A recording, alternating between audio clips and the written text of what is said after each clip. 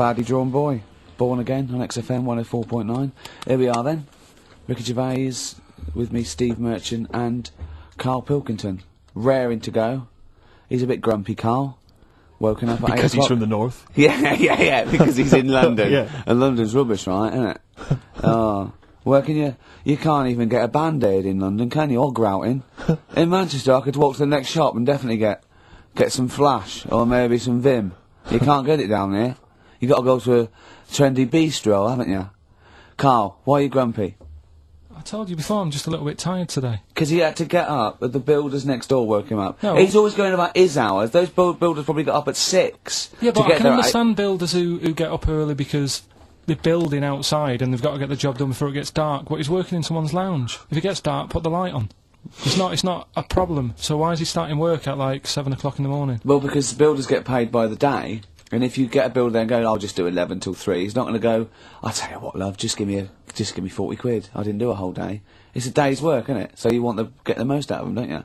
Plus, he probably wants to finish early so he can have a good night out. Yeah, it's a Saturday night, you know what I mean? He wants to... Yeah, he wants to get at least 15 pints in. And he was cheery, I bet he was whistling and, you know, dancing around and tapping, you know, so I don't know how you can be annoyed at that. Why don't you get earplugs? I don't like it, the idea of earplugs. Why? Because I live in a flat, so it's not as if I'm looking after my house, right? I know. Already, I've lost you. No. That wasn't even a whole sentence and I don't know what you're talking about. No, but what I mean is... What? If you live in a house, right, you know that you've turned the lights off downstairs. You know you haven't got a frying pan on, right? Right. Okay, so, not really. Keep him going. But I live in a flat, and I don't know what the other people are like. There might be some daft people in there who God, don't, imagine that. right, who don't turn stuff off. Now, if I have earplugs and the fire alarm's going off, I'm not going to hear it. I'm going to have a good sleep, but who knows what could happen? So I don't like earplugs. It's not safe. Okay. If you live in a block of flats. But I think you'll find, because I've used them, I think you'll find that a fire alarm will cut through I wear them the earbuds. sometimes if it's noisy or I want to go to bed early or something, and I hear my alarm clock, and it goes. Beep, beep, beep, beep, beep, beep. It's All that right. loud. Okay, well, and a fire alarm is deafening. All right. So we've talked in the past about snails who sleep for 13 years. No, you have. That's never been confirmed. In fact, the expert hadn't heard of it. Well, they do. Okay. I read it on different sites. Okay. So how much does it take to wake them up? Got you. What do you mean? Well, they sleep for 13 years. Yeah, but it's probably. But I don't know what you mean by sleep. It's not the same sort of pattern that we have in a mollusk, is it? There's different. What is sleep? It's when you're sort of shut down, and. But they can estivate. They can actually literally No, shut but they didn't down. say like, that. They said they sleep for 13 years. And I mean, have you ever had like more than 10 hours sleep? Yeah. Feel really groggy? Well, no, I feel good after 10 hours sleep. I feel rough. I just was thinking what a snail would be like. Be like, oh. Be even slower than normal. Be even slower than you. Play a record. Well, anyway. Email in if you know what on earth Karl's talking about. Ever. Who's here on XFM 104.9? Ricky Gervais, Steve Merchant, Karl Pilkington. We've got a lot to get through. We got things like Radiohead to play. We got Feeder. We got Teenage Fan Club. You know, we've got 2 new competitions, Steve. Go on. A great one coming up. A film competition. I'm excited. That's great. And a music-based competition. Is it right to say that Rockbusters is no longer? We've still got Rockbusters. Really? It's hanging on by the skin of its I teeth. thought we got rid of that. I genuinely thought we'd all agreed that we got rid of that rubbish. No. I think we should do it. I think people like Nobody it. wants it. Nobody wants it. It's because he got his name in Heat now. It's No, Ricky Gervais, honestly- Steve Merchant, and Karl Pilkington, and the Heat said they like Rockbusters. That's why. Karl, I thought we had a He's meeting and we pandering. agreed that it was not going to happen anymore. He's worried about the fans. There's a guy here emailed in. He just emailed in 3 band names. He said, I may as well email in now on the off chance these are right because it's such an arbitrary quiz. Yeah. It's essentially a waste of time. The clues are so complicated. D. Frida Payne. That was a classic. That was a classic Rockbuster, wasn't it?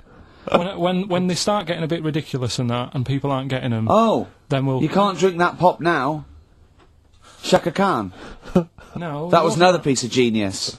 Well, I think we've already reached that stage, Karl, to be I've truthful, only mate. just got in this river, and there's loads of logs. Justin Timberlake, he said river. Lake, he said river. Lake, he said river. Just few of the highlights of Rockbuster. Can you please promise that this is the last one today?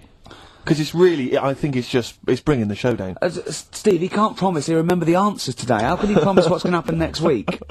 I still think it's got legs in it. Let's just see how it goes next week. You're not going to bring it back next week. It's got to be finished. We've got to put an end to it. We've got to give it a sort of final sending off. Okay, I'll tell We've you got what. to smother it, Karl, for its own good. I do want to trial this new film quiz we've got, because it's. I mean, I'm excited. I think it's the best competition we've come up with, to be quite honest. I mean, Karl, you agree, don't you? It's alright, yeah. Yeah, it's a film-based quiz. Right. We'll play you a clip from a classic film. I can tell you the film we're going to play. It's The Sixth Sense. Right. And there'll be a question afterwards, and you can win The Sixth Sense. On DVD? Yeah, not the ability to sort of tell when someone's behind you, but just the film. You know. Do you believe in sort of like extrasensory sort of perception and stuff, Karl? Ghosts and that? Yeah. Yeah. Of course you do. Not ghosts, no, the fact that people maybe can sense, beings. There was a woman in on the Christian's breakfast show, right? Yeah. Blind woman. Right. Clairvoyant. Is that her name? Forgot. But she was a bit useless. She's a bit useless. I'm always worried about what's going to come out of I'm Karl's worried mouth. what you mean. What? Do you know what I mean? She's a bit rubbish at being a clairvoyant. Yeah. Right. I mean, I think if you're not that good at something, don't go on the radio and do it. Karl, you better leave. So, what... Sorry. Well, she was saying, So like, what was the relevance of her being blind? What was that for? What did you I tell me? just thought it was a bit weird. I think she was using that because the fact that she can't see living people, but she can contact the dead ones. Yeah. And So sorry, this is XFM 104.9. Once again, Karl's opinions do not necessarily reflect those of any human being. any other person alive today. Sorry, Yeah, Karl, so but how did she demonstrate her clairvoyance, and why was it not very convincing? She was sat in the chair you're at, right? And people called up and I said... sensed that. Weird. They called up and they said, right, can you have a word with me gran? Yeah. And she goes, yeah, she's dead, isn't she? And it's like, yeah. He goes, ooh, and everyone's like, ooh, she knows her stuff. It was 50-50 to be fair. Yeah, and especially with a gran, because the person sounded about 35, so the chances are Yeah. they haven't got a gran anymore. Yeah. And it was just Unless stuff it's like, the fellas from Busted, because they, in the year 3000, they've only got to a great-great-granddaughter, and that's 1,000 years, so presumably, they can live a lot longer. Yeah. I just wasn't convinced anyway. I don't want to diss her, because, she came in and she did her stuff, and if people believe in it, I'm not going to put it down, but it just was a little bit You odd. believe in it? You just think she didn't have the real power, as opposed to it being rubbish. No, whatever. But yeah, I don't know what we were talking about there. So we've got the film thing going. I don't know what we were talking about. Film. What were you talking about earlier about glasses as well, and Steve taking his glasses off? What was that? What are you saying that in front of him now for? Was it an insult? It wasn't really an insult. Karl, what were you up to? No, what was it? I genuinely don't remember. I genuinely don't remember. Right, Steve. I'm not having a go. Right. Just saying how people. It's a bit weird that you've got glasses because you've got a good pair of eyes on you. Right. That isn't an insult. What were you talking about though? What was it? Why did it was the fact that people who wear glasses always look a bit weird without them on. It's like, they should wear glasses. Okay. Why did we get round to this? What was we talking about? What were we talking about? I don't know. I don't know. I don't know what that was. It sounds like an insult, even it wasn't intended as one. It wasn't. It sounds like an insult, Karl. It does, yeah. No, it wasn't. I But should be allowed to punch you every time you insult me now. No, but I'm not. I'm having a doing go. it. I'm going to give you a dead arm. Look, Steve, it's you. You always even if it wasn't, you intended it to be one. What you? That was real. Play a record. But It's That's what you mad. get every time you insult me from That's now on. mad. Oh, is this the Cardigans? Great, brilliant. Cardigans, and for what it's worth, in my opinion, one of the best things I've done for many a year. It's XFM 104.9. Ricky Gervais with me, Steve Merchant, and Karl Pilkington. I sometimes wish you spoke like that for real, because I wouldn't leave the studio with a headache then. There you are, see, it's just come stinging back. Oh dear. A lot of people I meet people in the street, they go, I wish I was Ricky Gervais's mate. No, you don't.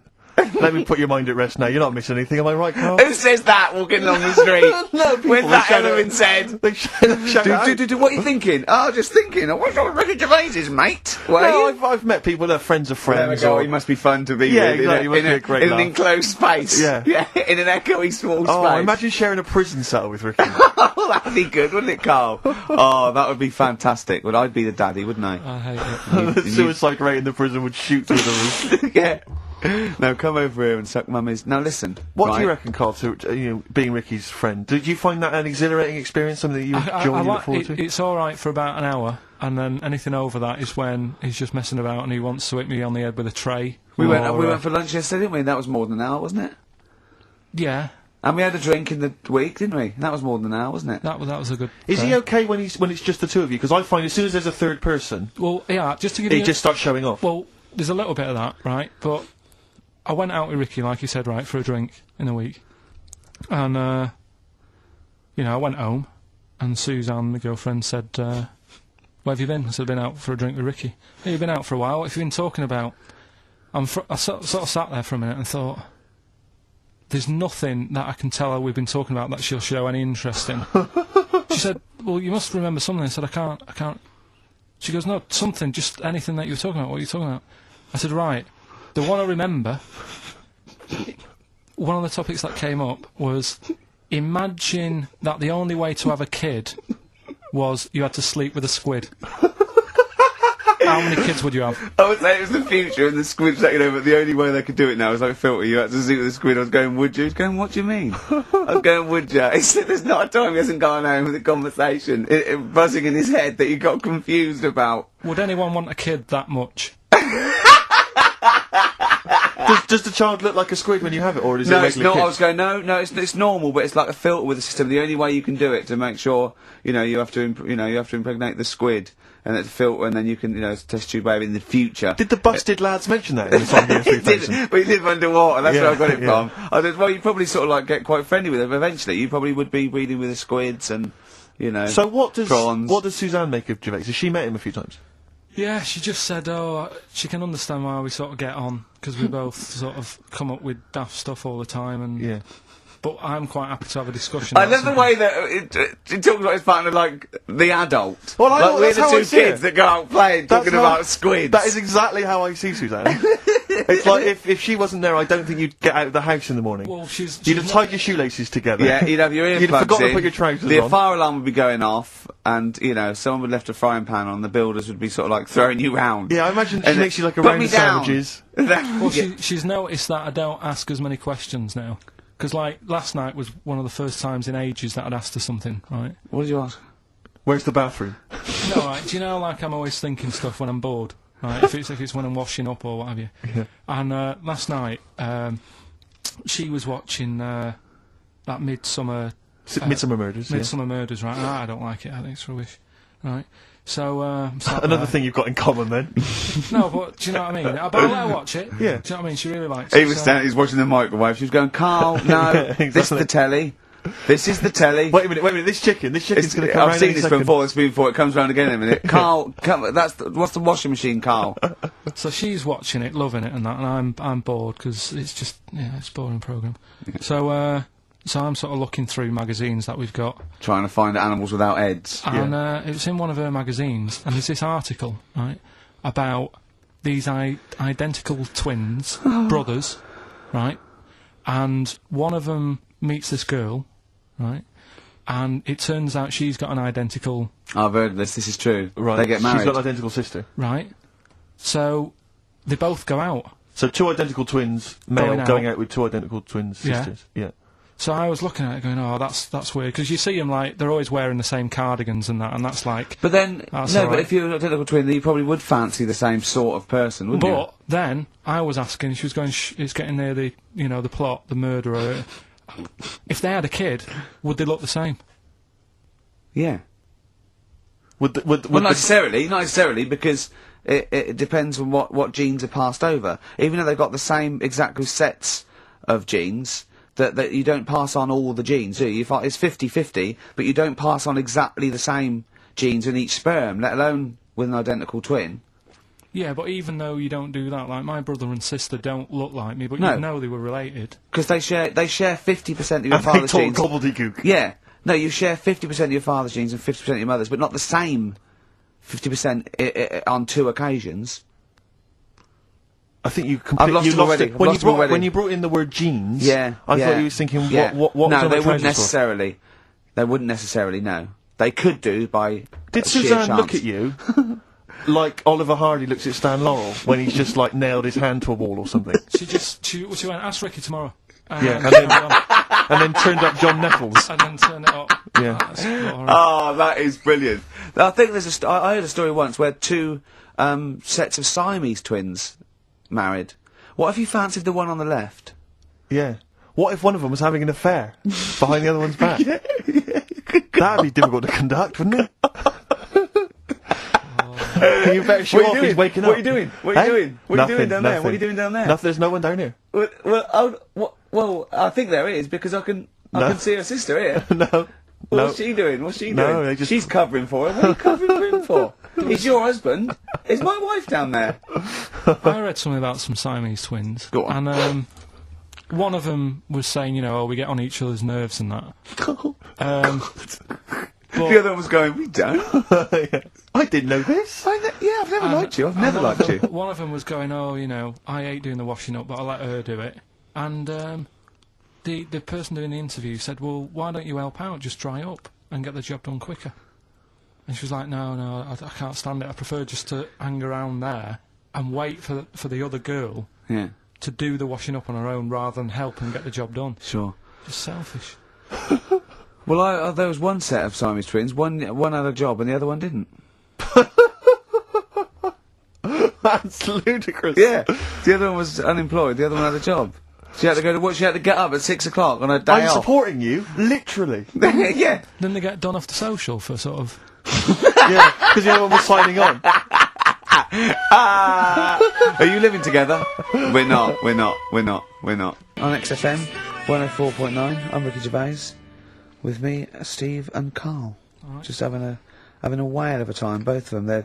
They love being in this room with me for 2 hours. That is their favourite part of the week, I think, isn't it? I haven't said that, but I'm assuming they love it. Right, competition time.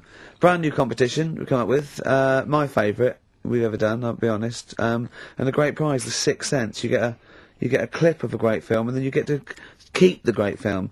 Now, I'll just explain this competition. I think Karl is a little bit of a frustrated actor, and so by the power of technology, Karl takes the role in a film, and there's a question about it afterwards. This is a scene starring Karl Pilkington from The Sixth Sense.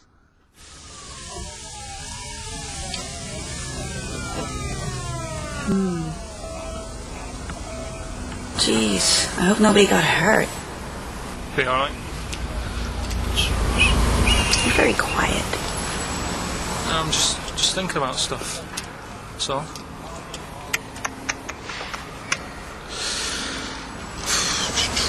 You're mad I missed the play, aren't you? A little bit annoyed, to be honest. Went down a storm playing the drums in Little Donkey, but your loss. I'd give anything to have been there. Well, you wouldn't, because you didn't. But like I say, it's your loss, isn't it? Anyway, I'm just quiet because I'm thinking about stuff. Like I said, right? I'll make a big deal out of it. What is it? Well, I was just thinking, what would happen, right, if you put a chameleon on a mirror? How would it handle that?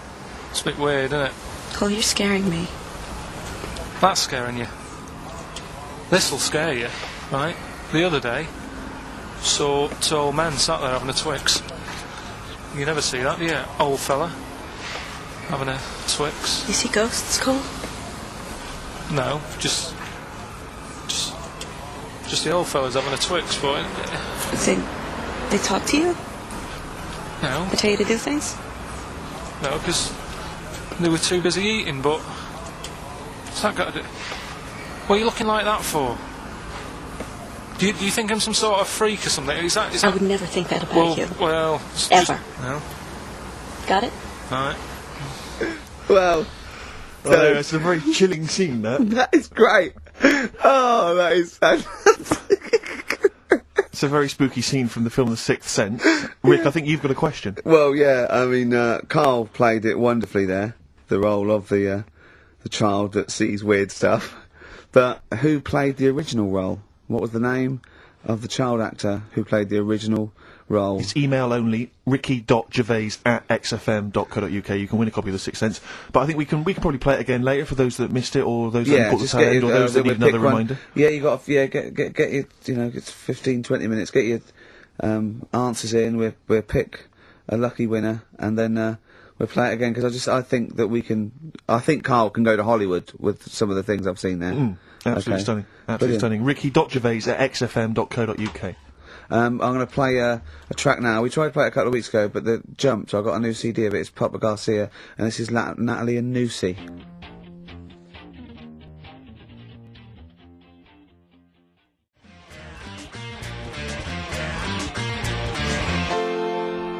Natalie and Nusi by Papa Garcia.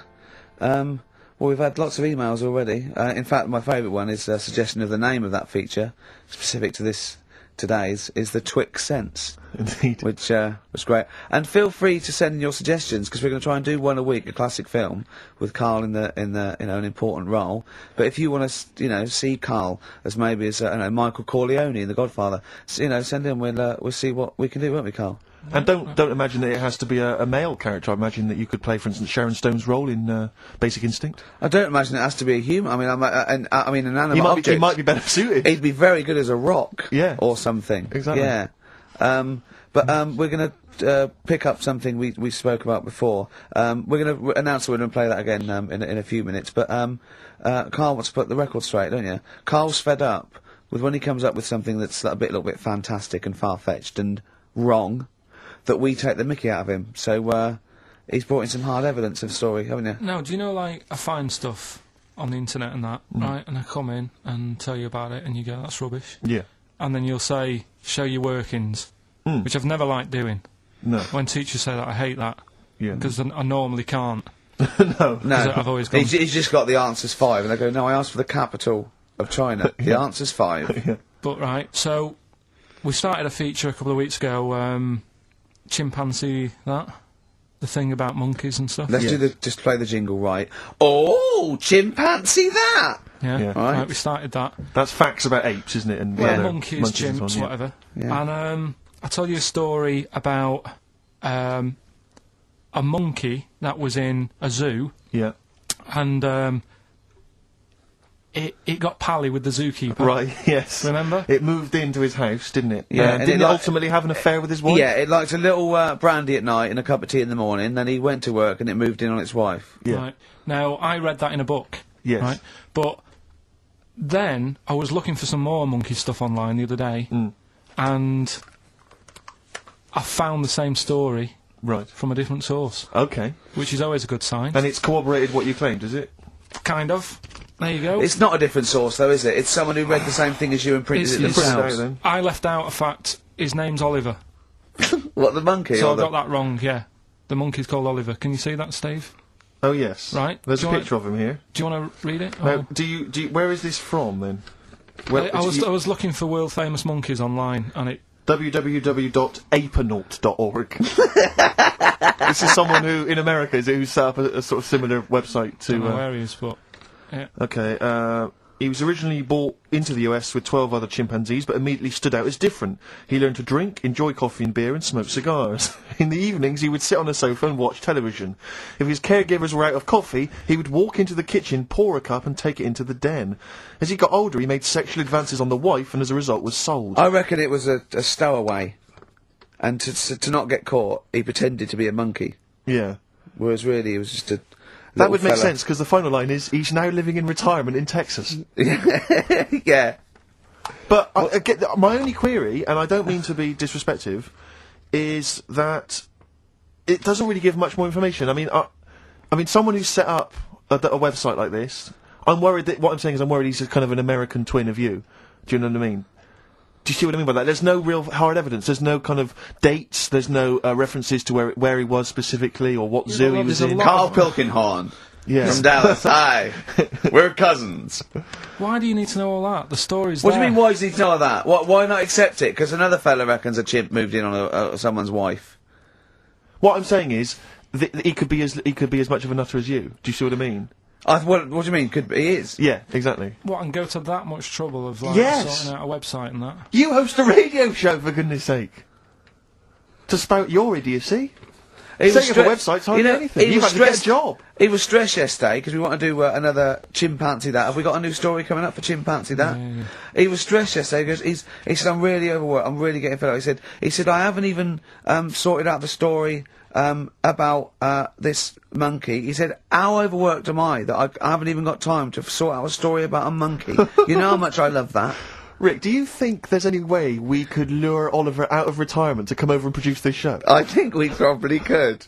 I'm parched for a cup of coffee. Would you pop to the kitchen? We're going to play a bit of Springsteen. Oh, I'm loving it. For Martin Freeman, he said, please play some Springsteen or Bowie. I'm trying to get him into Motown, but he only likes Level 42. Yeah. But this is for him.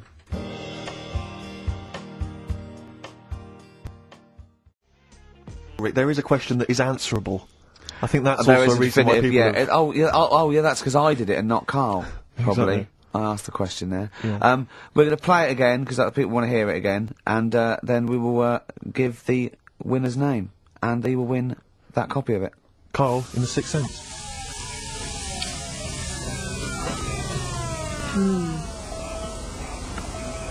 Jeez, I hope nobody got hurt. Be alright. You're very quiet. I'm just thinking about stuff. So.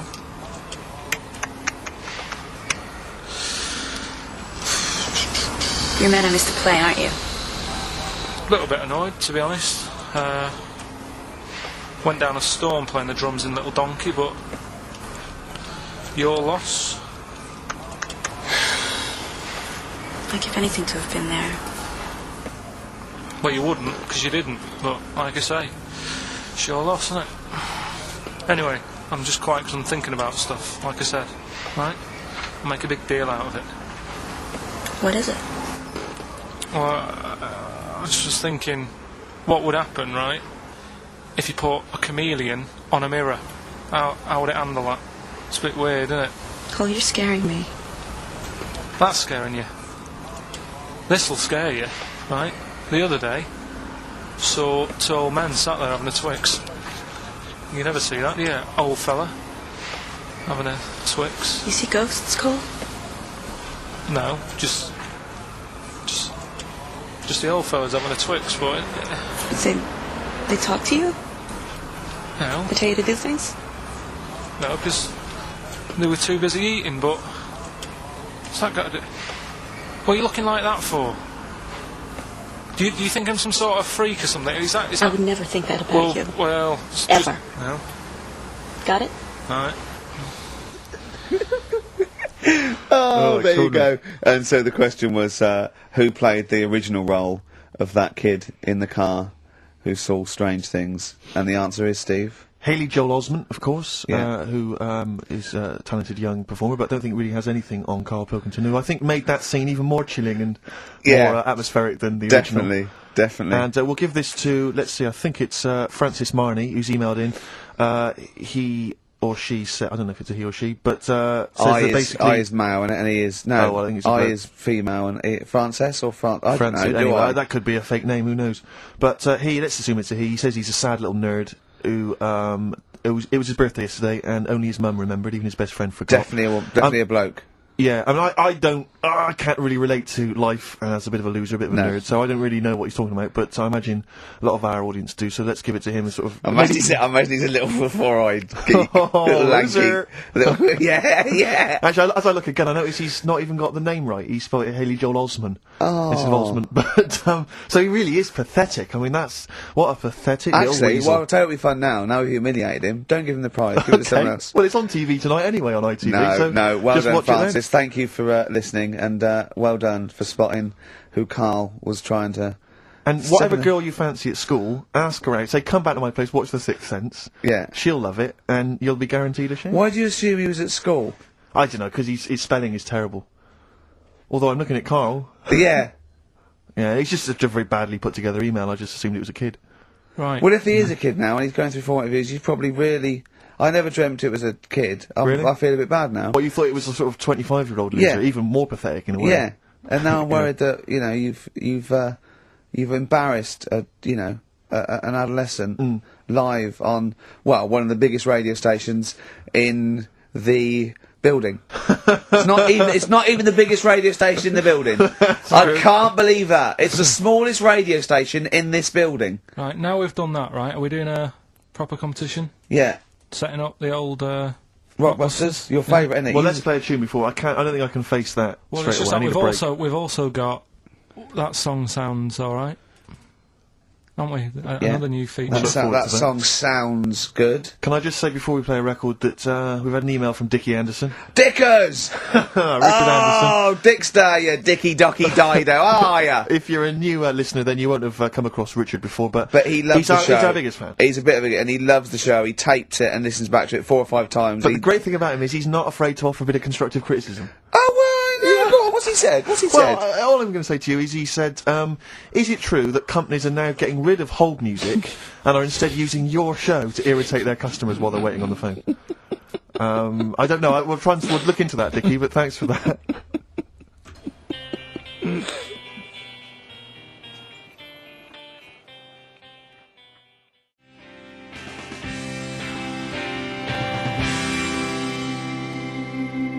I Need Direction, Teenage Fan Club on XFM 104.9, Ricky Gervais, Steve Merchant, Karl Pilkington. Do keep your suggestions coming in for roles that you'd like to see Karl playing in future editions of that quiz. This is the most popular comedy we've ever done. Has it got a name yet? Have we come up with a name? Holly wouldn't. Okay, brilliant. Well, anyway, we've had some suggestions. Neil Wilson in Bedford, he suggested he'd like to see you, Karl, playing the role of Clyde the Monkey in Yeah. Every Which Way But Lose. That'd be great. And also an excellent suggestion from Lee Gridley in Essex. The obvious role for you is, of course, Dustin Hoffman as Rain Man. I said that, didn't I? That's perfect. That'd I'd be like- great. Just imagine me going, okay, you remember? Bet 2 for... Yeah. Good, yeah. Well, you've lost again, yeah. That'd be fantastic. I'm worried that I don't know, it's a bit of a stretch, Karl. Can you play someone who's that clever? Give it a go. Yeah. I want to do Elephant Man. Okay. Why, what sort of ideas you got for Elephant Man? Well, I don't know whether I'd be him or, like, the Doctor. What would you say if you were the Doctor? Just like, oh, how do you do that? You know what I mean? How'd you do that? Yeah. Yeah. Ooh, look at that. Look at your head. Have you seen your head? Or he goes, I'm not an animal. And you go, well, It's 50-50. judging by your head you are. Yeah. Forrest Yeah. Gump? Yeah, do that. Yeah.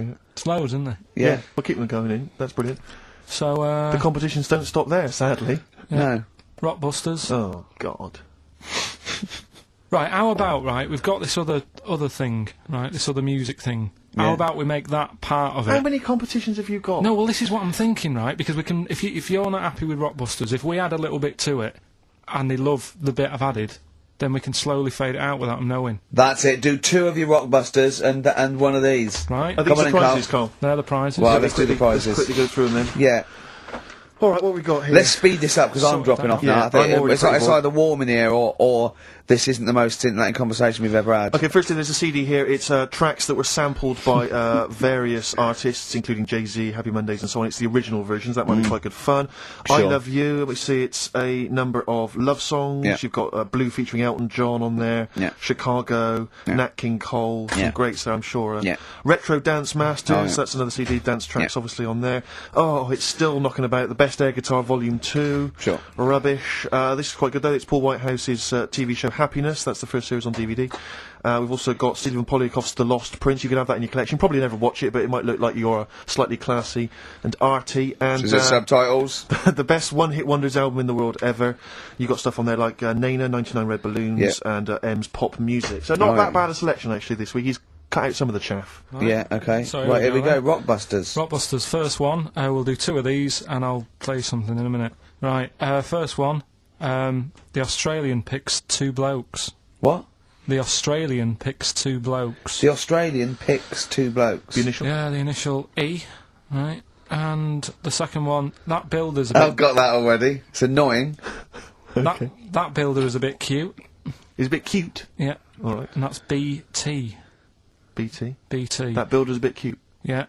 And the Australian picks two blokes, E. And then what I'm going to do now is play some sound effects that make up a song, and you've got to guess what the song is. Go on then, just do it and Song then is a shot on short. the Here we summer. go, here we go.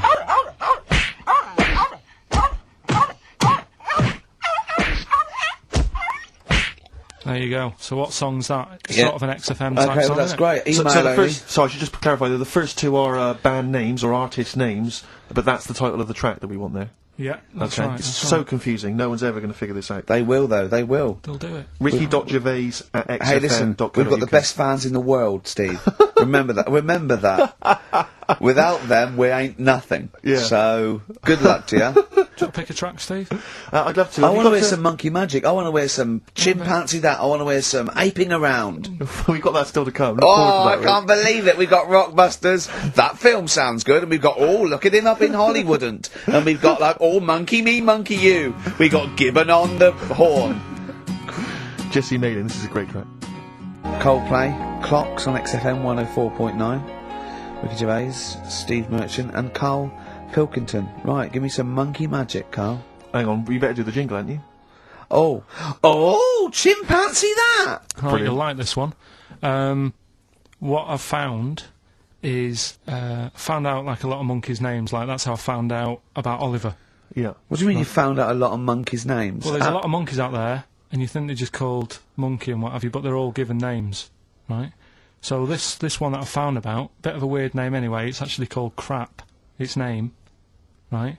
And So, they're not born with those names. It's not like their parents give them those names. You know, they're just chimps. yeah. But this one, right?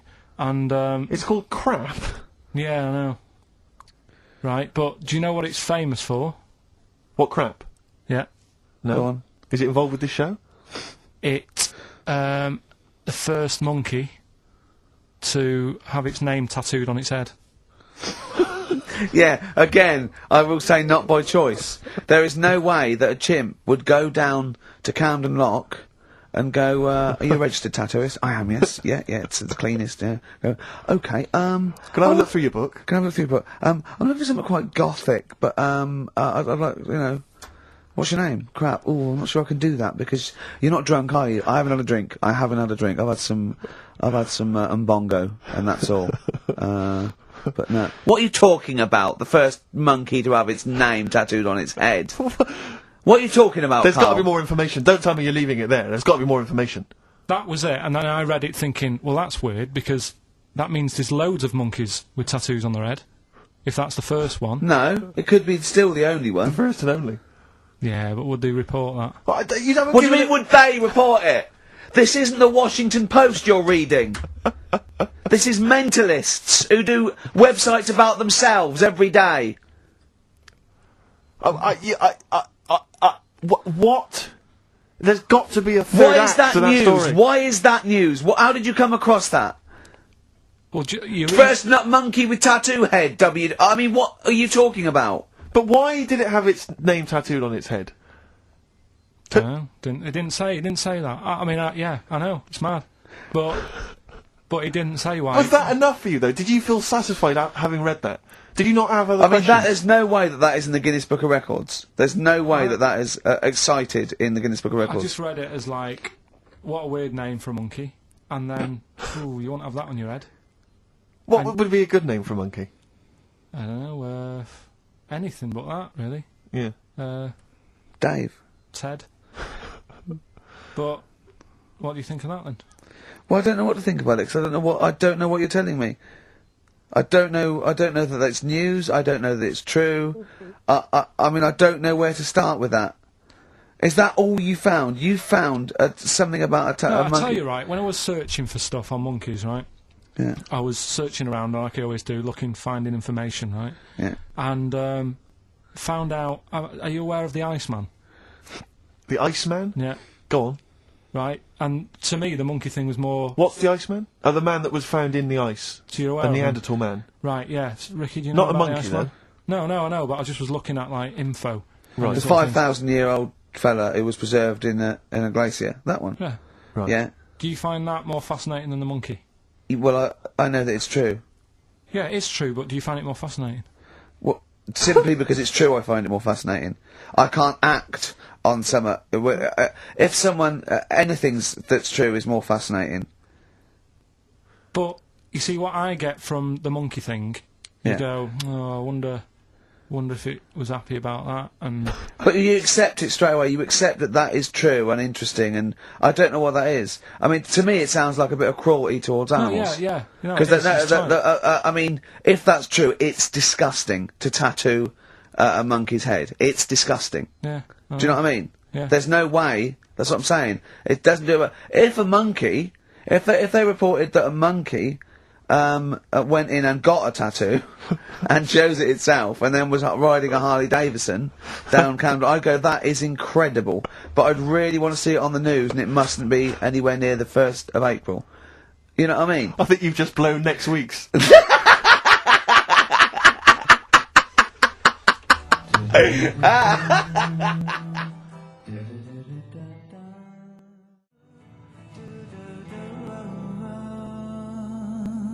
Letter to Hermione, David Bowie off Space Oddity album, XFM 104.9. See, I don't know where, I thought you'd sort of learnt a little bit, Karl, what is an interesting fact and what might just be a mentalist online. Do you know what I mean? Do you know what point we're making here? Why the truth is so much more even a little bit, even something that's just, mild, but is definitely the truth, is so much more interesting than just wish fulfillment of truth. To me, if it starts with there was this ghost, right, it's not interesting. You could say anything. There was this ghost that could turn custard into wine. It doesn't matter. There was this ghost that had 9 heads. Doesn't matter. Doesn't matter. There was this Carl's looking at you going, there's a ghost that can turn custard into wine. Yeah, it doesn't matter what you say after that. There's a ghost that can swallow alligators whole. The premise means it's not true to me. Do you know what I mean? It's like people say, you know what, God, right, he's incredible, I'll stop you there. The fact that he can make the earth in 7 days, well, you've lost me already. Do you know what I mean? Whereas someone says something like, a cockroach can live 5 days without a head, that's interesting. That's interesting. Right. Do you think when you die, they say, you're a ghost, this is going to amaze you, you can go and you can spook people out? Yeah. Do you like custard? Come over here. No. Well, if you don't, you don't. Do you like wine? Of course I do. Oh, you are going to love it. You're going to love me. You're going to love it. I've lost all my loved ones. Yeah. Do you see what I mean? It's what your sort of beliefs are based on. Mine are sort of on, I suppose, logic and science. And So but I'm amazed by the world and. So the Iceman, why does that amaze you? What's like, ooh. Well, they found some part of our preserved past. It's interesting. Again, I'm amazed by anthropology and evolution. Yeah. Go It's on. just that line on its own like that, they found an Iceman is great, but then it went on, and it's going on about, they've had to get different people involved to find out how old it was. Because first of all, the story started off, right, an old fellow on holiday somewhere, where did they find it, in Sweden or something? And he was walking in the hills, and... He was walking... in the hills. In heels? Was he a transvestite? In the mountains. Oh, right. In the hills. Yeah. Yeah. So he's walking about, and he sees this body in the snow, and he thinks, oh.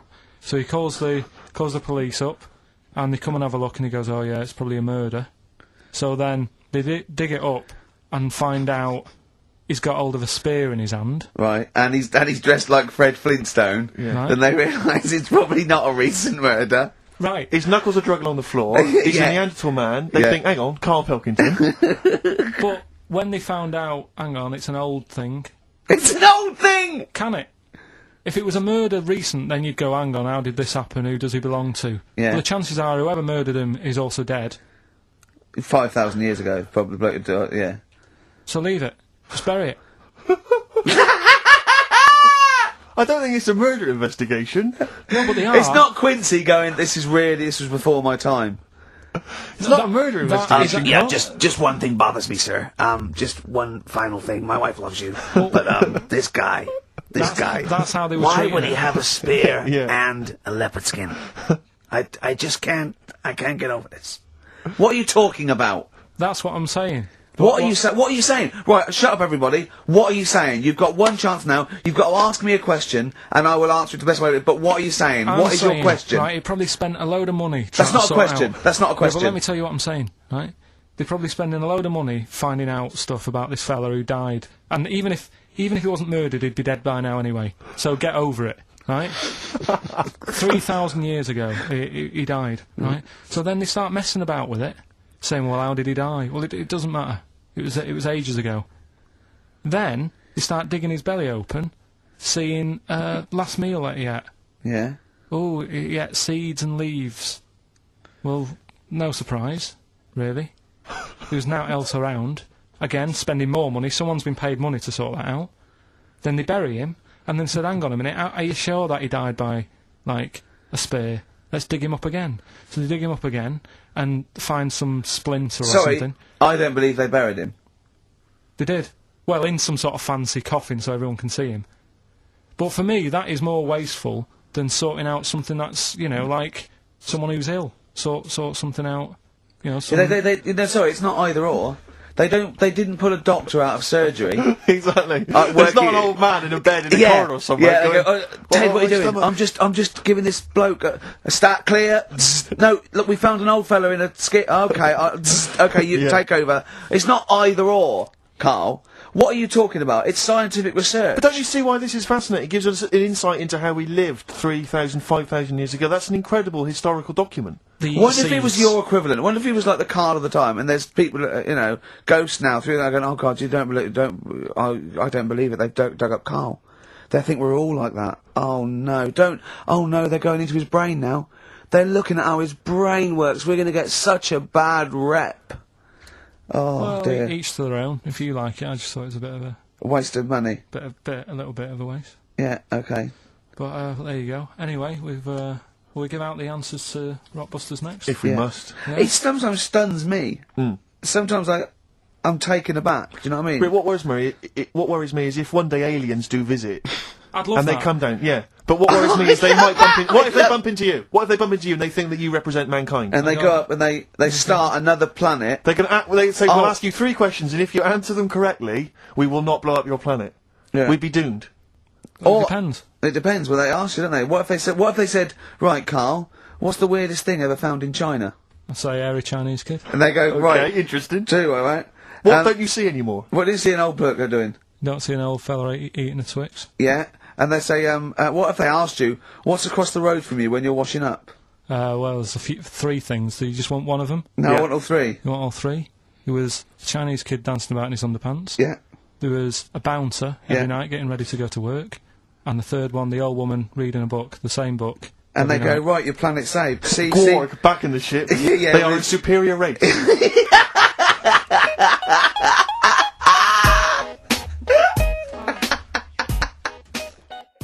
Rockbusters. Alright, first one was the Australian picks 2 blokes. The initial was E. The answer there, Eminem. Eminem. Alright, the second one, that builder is a bit cute. The initials there were BT. That was Bonnie Tyler.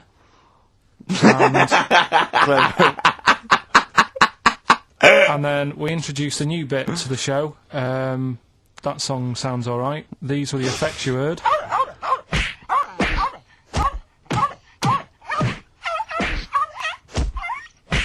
And that was Prodigy, Smack My Bitch Up. Who are you punching there? And could I just say, no animal was harmed in the taping of that effect. There you go. No. Right, so have you got a winner? Yes, Rob Preston from Croydon. He has got all 3 correct, and he wins a selection bag of shite. Exactly. So, so good luck. Enjoy that, Rob. If you can. Yeah. Sell it. Record and tape exchange within 40 minutes of receiving it. I imagine one good album that he likes. Bob Dylan on the tracks for all this bag of shite, please. Should we play a record? Absolutely. Can I just ask now, what are we thinking with Rockbusters? Are we sticking with this, or because I really thought we'd cancelled it? What about that format we've just done, where there's like 2? This is another off-air discussion, I think. Well, I just feel the listeners should be able to contribute. They do. Yeah. They phone in and say, the show's rubbish, move on. Can we experiment on Karl? I'm a Yes, doctor. Yes. Yeah. I would like to tattoo on Would he Karl's like a head. tattoo? Yeah. Oh, dear. Karl, have you got any tattoos? Have you ever thought about that? Any kind of piercings? Don't like the idea. Don't mess with your body and that. Okay. He doesn't like the human body, he's scared of it. But I told you, didn't I, about me uncle God. Tattoo Stan. We've talked about that, haven't we? Yeah, tattoo stand, yeah. Yeah, he's got loads, and I think now he sort of, looks in the mirror and think, oh, what have I done? Yeah. But then again, So do you. I was With my life, go on. telling Ricky before about someone who had a tattoo. It's a bit horrible, really, isn't it? I don't know, I can't remember. The skin thing. Oh, God, yeah. You're not going to tell us it? Again, I'm hoping it's not true because it's from Karl, but it's pretty disgusting. But yeah, unfortunately, because there's no paranormal or animals acting like humans involved, I think it might be true. It's a fellow who kept his dad's tattoo. Yeah, he just sort of, when his dad passed away, he got the skin off and put it in a frame. Who'd you ask to do that? Oh, man alive. Ashes to ashes. Sorry, before we bury it, you don't... Before we cremate, and I've got a do you Stanley do, knife. Do you do any other services? Like what, my son? I'll just pop some of him in a jar for me. I'm sorry? How do you... I mean, that I is... bought this clip frame from IKEA. Yeah. You just slip that between there. $4.99. Yeah. I I imagine your father is a man who's probably appalled by the idea of tattoos, earrings, things like that. I imagine he's quite an old school gent. He's never sort of said anything, but... If you came back with an earring, what would he have said when you were a youngster? I never saw him that much as a kid, so I don't think he'd have noticed. My mum would have said, what have you done that for? Yeah. Our kid had a tattoo. And an earring. Sorry, is this the one that borrowed a tank from the army to go and get a packet of fags? Yeah. That's Well, there you go. We must tell that story again next week. For Yeah. those that are fairly new listeners, that's got to seem tantalising. Yeah. Your brother once drove a tank down to the local shops to buy some cigarettes. Absolutely true. Yeah. It's an extraordinary story. But that's it. We don't It have was to that other auntie you told me about in the week. Not Auntie Nora, the one that farted for 5 minutes, but there's another auntie you talked about. How many aunties have you I got? haven't really got another auntie. I've got me brother, Yeah, who I haven't seen in ages. yeah. My sister I hadn't seen for about 12 years. Then I saw her again, and then she got fed up because I said... Oh, you had a new the kid and you baby. went with all the same. I've seen one, I've seen them all. Yeah, Imagine she- saying that to your sister. Your sister, you haven't seen her for how long? I hadn't seen her for about 12 years, and then for some reason I met her in a car park in Wales. Right. And It's incredible, isn't it? For some reason. Yeah. and she got in the back of the car and she said, "Oh, I want to show you something, right?" And she got this picture out and said, "Look at that." And it was one of my new nieces and nephews. You It was can't tell, can her you, if it's a daughter boy or or a her girl. son? Yeah, or whatever. And she said, "Look at that." And I said, "Oh." And I sort of said, "Well, there's no point showing it me. All babies look the same, don't There's they?" no point in showing it me. It just takes 2 seconds of your life. You go, oh, Yeah, lovely. right. That's all you have to do. If it was a first, Yeah. I'd say, I'd show a bit of interest, even though Do you think the novelty wore off for her with the second kid, third kid? sixth kid. I think even she should be bored of looking at pictures of babies. Kind of a woman is she? And can I get her phone number? Right, is that it then? Play a tune. Have we got? Is this it? Yeah, Have this we, is it. have we got to wrap it all up? Yeah. Oh, Go well, on I then. forgot to bring in a song for the ladies this week, so I thought I'd play a song for people who enjoy the work of Deep Purple. That run. Here's Deep Purple. See you next week. Bye. Chilly weather, why not put on a cardigan? That was the Cardigans. And for what it's worth, a lovely tune there. Oh, that's a joy. We should definitely talk like that more. XFM 104.9, Ricky Gervais, Steve Merchant, Karl Pilkington, alright? Alright. Yeah? How's it Well, we going? got a jam-packed show today. Go on. We got so many we got more features than Karl's got on his face. which is about the same as Morph. Yeah. Very few. It's just really a head, isn't it? A little That's where I've seen him before. More. On Take Heart. Yeah. We've got Rockbusters. That's Have we? still No, going we know strong. my feelings on that. No, Fair but enough. he's said he's going to buck his ideas up. We've got chimpanzee that. Karl finds an amusing monkey or ape related story. We've got Karl in a film again.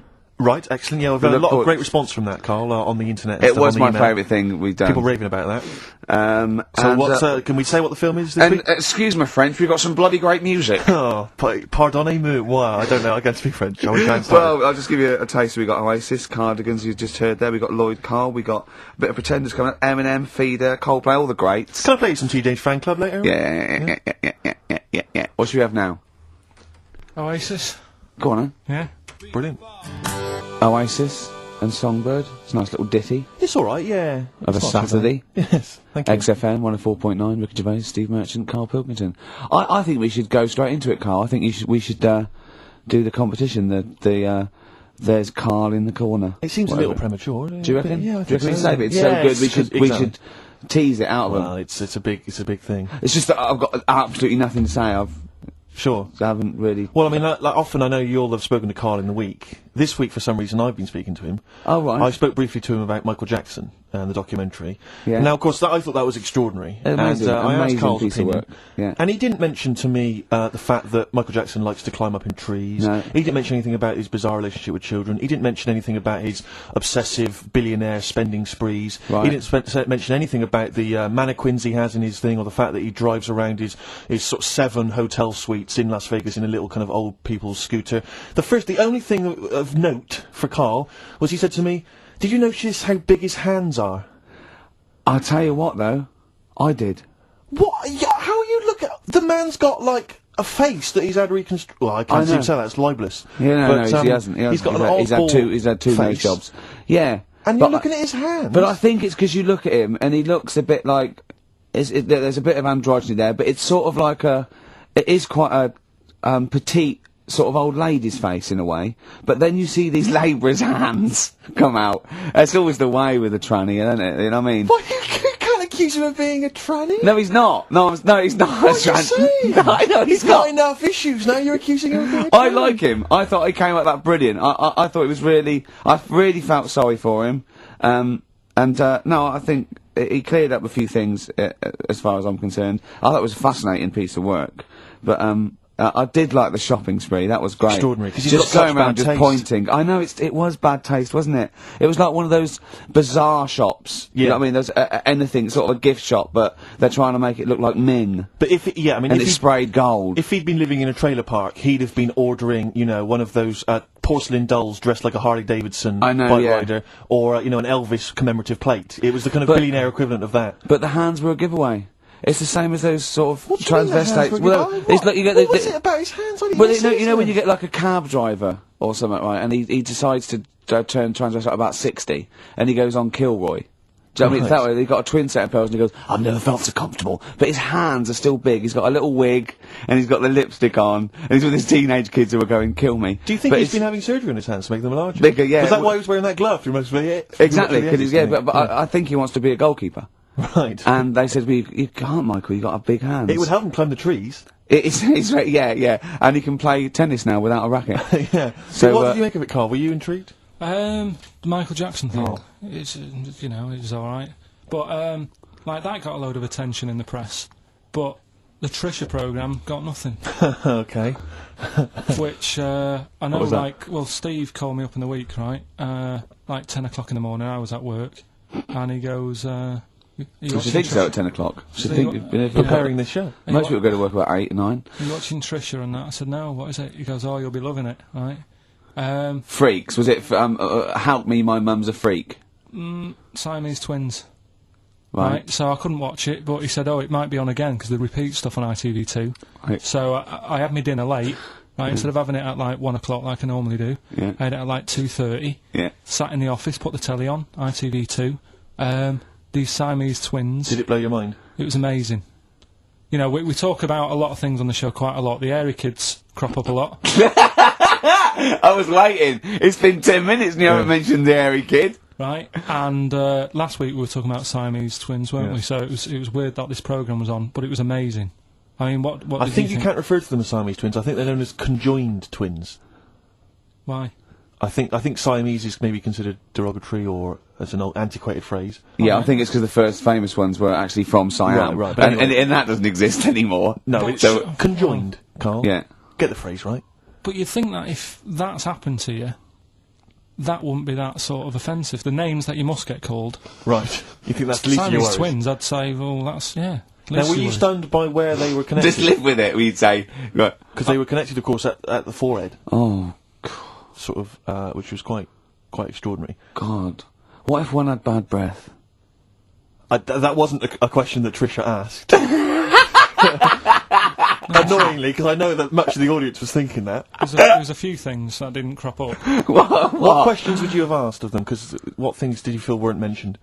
I'd love to just watch Karl watching amazing things. Exactly. Do you know what I mean? It's like early learning thing. Mouth slightly open. Yeah, some mouth slight open at saliva. dribble, looking round to see if anyone else has seen it. You know what I mean? Like when a cat sees a bird land on the balcony. Exactly. It can't believe its luck. I'd probably say, how do you buy her a birthday present? Surprise gift, yeah.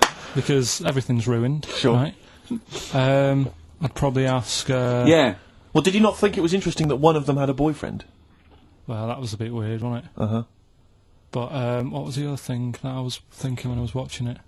Was thinking if one got into crime and that was sent to prison, Right. what would happen? How would you handle that? It's brilliant. It is brilliant. If a chimp could talk. And what was the other one? The other thing was what did he talk about? Because it's not as if you can say, oh, well, guess what I did today? Do you know what I mean? Yeah. Brass in pocket, and if they're pretending to be good, they're doing a bloody good job of it. I love them. That's Ricky Gervais on XFM 104.9 with me, Steve Merchant and Karl Pilkington. Karl is still buzzing about these conjoined twins. No, it's just One of them, of course, had to be... Because one of them was sort of shorter than the other, and had to be sort of wheeled around on a kind of trolley thing by the other... This isn't Molly and Dolly, is it? No, they're not called... One's called Reba, and I forget what the other one's called, Sheena, maybe, or something like that. Do you remember, Karl? no, I wasn't that impressed with the names. It's just Yeah. So you immediately put them out of your mind. Those are rubbish names. I'm forget, Karl, forget them. They're gone. Were they British or American? Yeah, American. Oh, because I've seen some American ones on Well, Jerry bizarrely, Springer. one of them was apparently a country music star. This is Molly and Dolly. Well, they're not called The Molly one that and joined Dolly. at the Oi. The one that joined But they're at not. the... I think you've made up the Molly and No, Dolly. it was on Jerry Springer. There's a little one that sits on a seat, and the other one carries it round, her around. And They're not called Molly and Dolly. there was something like that. They're called. Well, we know that one of them's called Reba, and I forget the other One one. was a country and western singer or something. Yeah, and but she was saying, "Yeah, I've just made a movie. It's coming out shortly in theatres." Is your And the other sister one in it? said, yeah, and the other one said, "Oh, I'm not involved." It's utterly bizarre because they live there. They work so hard to live their lives separately. Yeah, they say it's You know, all. Yeah, exactly. of course. So, Yeah. You know, they try not to. So she's talking about her music career, and the other one's sort of not taking any kind of credit for it, which is nice. I it's suppose. weird though because when she was singing as well, the other one just stands there. She doesn't join in. She doesn't sort of dance. Offer backing or- vocals. Do you know what I mean? Make a group out of it. Yeah. A duo. Yeah, well, but it seems like we're sort of being horrible, but we're No, not. we're not. I mean, it's a Well, really no, bad we're thing, but- laughing at Karl's amazement at this phenomenon. Sorry, I just got to say we're not. Do you know taking the Mickey. The really weird thing about all this, What? right? And it's annoying because you were saying about, oh, what should have Trisha have asked and all that. Yeah. But one of them mentioned that one of them was adopted, and the other one wasn't. Don't talk rubbish. No, seriously, I didn't understand it, right? Of And course then- you didn't. And then Trisha sort of said, "Well, let's have a chat," and they were like, "No, don't want to go into that." What do you mean one was adopted? and That's one what he was... said. One of them. I don't quiz me on it, but that's what was said. Hello there, Hello there, I'm a multi-millionaire, Oh, and yeah. I've just seen your orphanage. Oh, I'd yeah, love it's lovely, to adopt innit? one of your children. You'd like to adopt one? I'd love to adopt a children, because I've got Brilliant. loads from around the world, so I'd love Yeah. to adopt one. I'd give you $10,000 Oh, towards your well, your orphanage. we'll speed it through then. Yeah, Brilliant, yeah. okay. We've actually got two left. I so only need one. I'm only interested Right. in one. Yeah, I don't need Okay. any more. Don't need any They're more. sisters. They're I know it would be tragedy to break them up, but I really only need one. now break it up. There's the rub. You see. Sure, because sure. Just need the one. There's $10,000 now. You can have that. I'll sign it now, but I don't want to discuss it further. I'll bring her around. Brilliant, brilliant. Okay. Ding dong. Hi, yeah, brilliant. You brought my kid round. Yeah, there she is. There. That's a joy. Yeah, yeah. Okay. Just standing next to a bush. Yeah. Do you want to? Can you bring her out towards No, me? It's like, there's nothing behind the bush. So you just want. I Do you just want to be able to walk 360 degrees round her. Do you want her or not? Yes, I can't believe it. What's that little trolley? She's talented. Oh dear. You're talking nonsense, Karl. Well, whatever. These ideas are nightmares for white parents whose worst fear is a child with dyed hair and who likes hearing. Feeder. That's it. Just the way I'm feeling. XFM 104.9. Ricky Gervais, Steve Merchant, Karl Pilkington. It's time for the the newest quiz in town. This is where Karl inserts himself into a seminal film. Last week, he was the little kid in Sixth Sense. You remember? To great acclaim. The critics loved it. They said a triumph. This week, he's fiddled with The Graduate. This is the scene where, of course,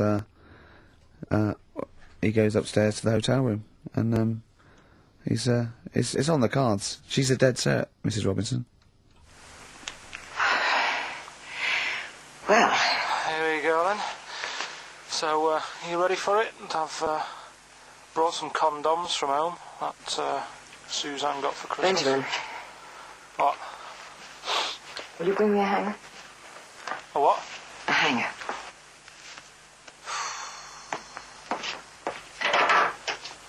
Tell you what, I've got wood. What? Just saying, I've got wood. I've got metal ones as well. What sort do you want? Either one would be fine. All right. There you go.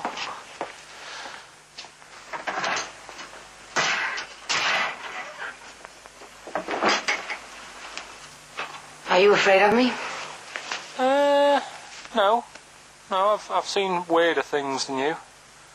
Have I ever told you about the two lads I went to school with who had big heads? Webbed fingers as well, but not related, and weren't mates, but both had the same thing, which is a bit weird. Yeah, I've never found out what was wrong with them. Can I ask you a personal question? As long as it's not about my head being round, because Ricky's always gone on about that. He's saying I've got a round head. Well, you can admit that, can't you? No, it's. I'd say it's a normal sort of shape. It's just round. It is, isn't it? Yeah, but what do you mean? So is yours. Head should be It's round. nothing to be ashamed of. I'm not ashamed. It's just a normal shape. Mm-hmm.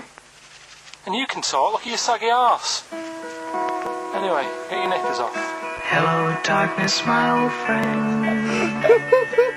I've come to Oh, that was a joy. Oh dear. It was an absolute treat. Now, I should say that obviously the prize is a copy of The Graduate. Now, bear in mind that XFM is giving away these prizes. Yeah. Karl is so cheap that he wouldn't even buy it on DVD. He's bought it for $6.99 on VHS. It'll be panned and scanned. It won't be widescreen. There's none of the extra features that you get on the DVD. Oh, That's look how at cheap Karl's face. He's gutted. Karl, did you pocket the rest of the cash? No, I have to use my own money to buy these, right? What, you're using your own money to give this stuff away? Yeah. So I had to go and buy that, XFM is so cheap, I'm I know. stunned. right? I know. And it's not worth having it on DVD, is it? 'Cause Why it's not? It's an old film, so. So the quality is set, do you know what I mean? They can't really tidy it up. 'Cause Of course they can. They do it from a print. They don't do it from the video. They don't get the video and go, let's make it into a DVD. An old Betamax copy that someone had knocking about. Well, anyway, you it's the can... same film, though, isn't it? Fine, okay, well, yeah, you're right, it is yeah. the same But anyway, film, yeah. you can win $6.99's worth of The Graduate. The question, and it's email only, Steve, it's not Steve, it's ricky.gervais@xfm.co.uk. The question is, name the actor that Karl was taking the place of in the film, and of course the actress that he's performing opposite. ricky.gervais@xfm.co.uk. Lovely. Do you want to play something from the... I would love to. It would seem appropriate. Yeah? Hello, darkness, my... Dear Mr. Simon and Mr. Garfunkel, please, let's not have the sound of silence. Let's have some more beautiful music. Get that together, please, quickly. It's XFM. I think you should do every single link like that. Brilliant, it's the best bit of the show. That's on XFM 104.9. Are we Well, going to have there you time go. to play the clip again before, I don't know, before 2 o'clock, let's say?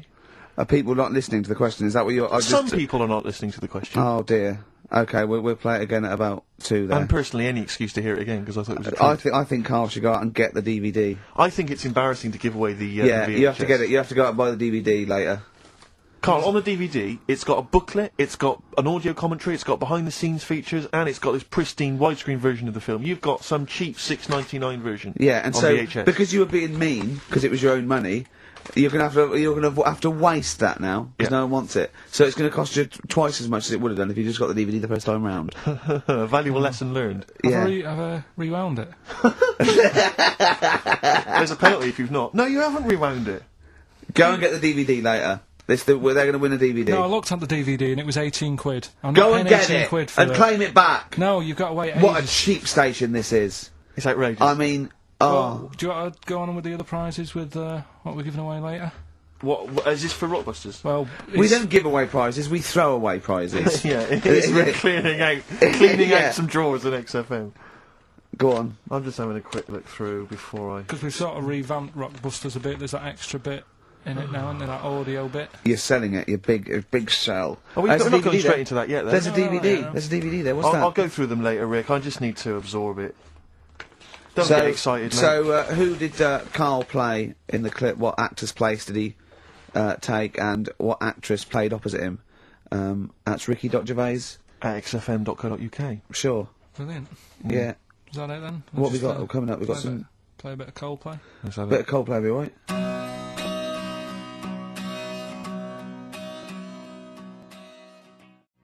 How they shine for you,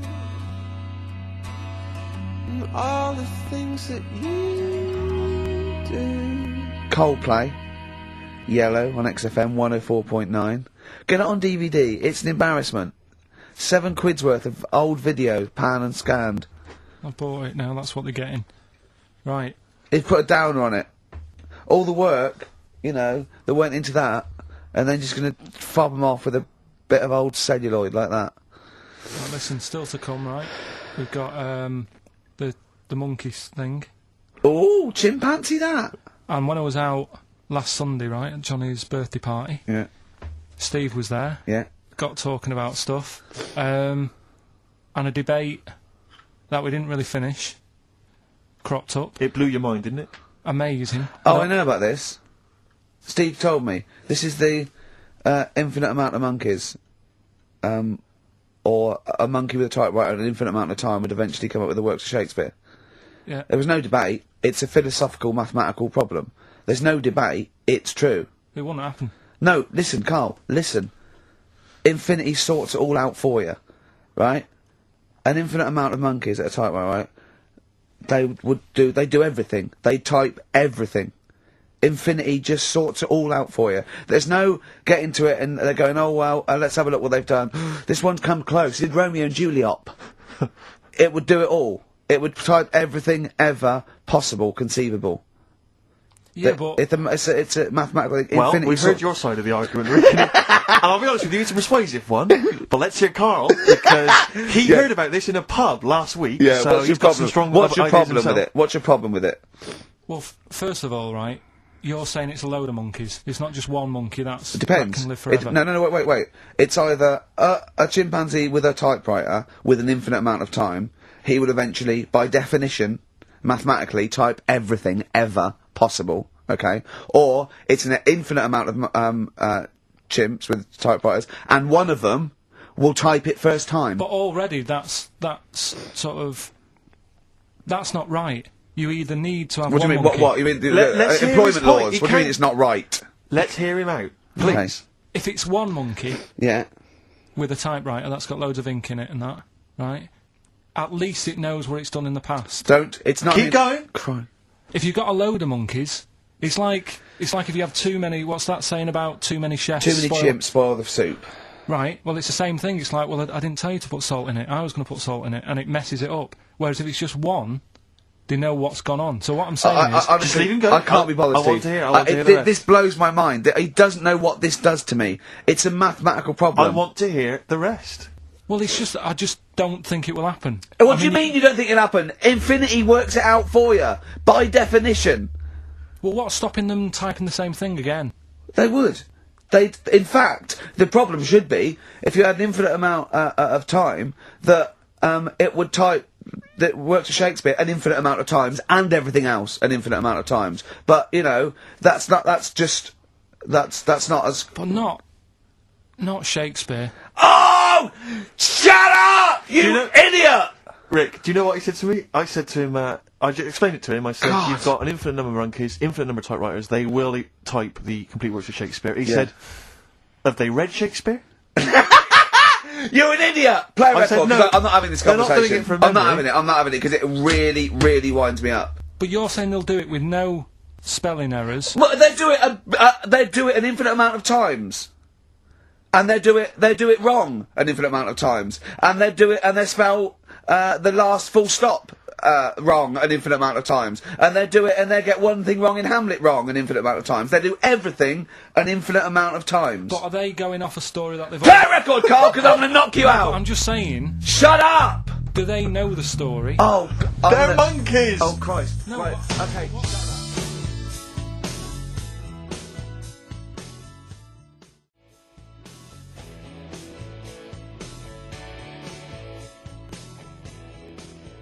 Lloyd Cole, she's a girl and I'm a man. Good that, innit? On Very good. XFM, 104.9, Ricky Gervais, Steve Merchant, Karl Pilkington. As Yeah. ever, Rick, there's always someone who steps in to defend Karl. Okay, what is the defence? What is the defence? Here's an email from Scott Coomer. He says, Karl is actually right. I've got an A-level in statistics and probability. It doesn't matter how long they have and how many monkeys you have. You cannot guarantee they would type the complete works of Shakespeare. Infinity makes it probable they would get it right, but not definite. Well, yeah. Yeah. That's what I was saying. No, you weren't saying, Karl. You don't understand it. Infinity sort of sorts it out. That if they do anything, they nearly do everything, won't they? No, I mean, they'll give it a good shot. on that. No, that's not the point. But the I'd point be is this. surprised if they did one page right. Right, listen. It's not to do with consciousness. It's not to do with them aiming.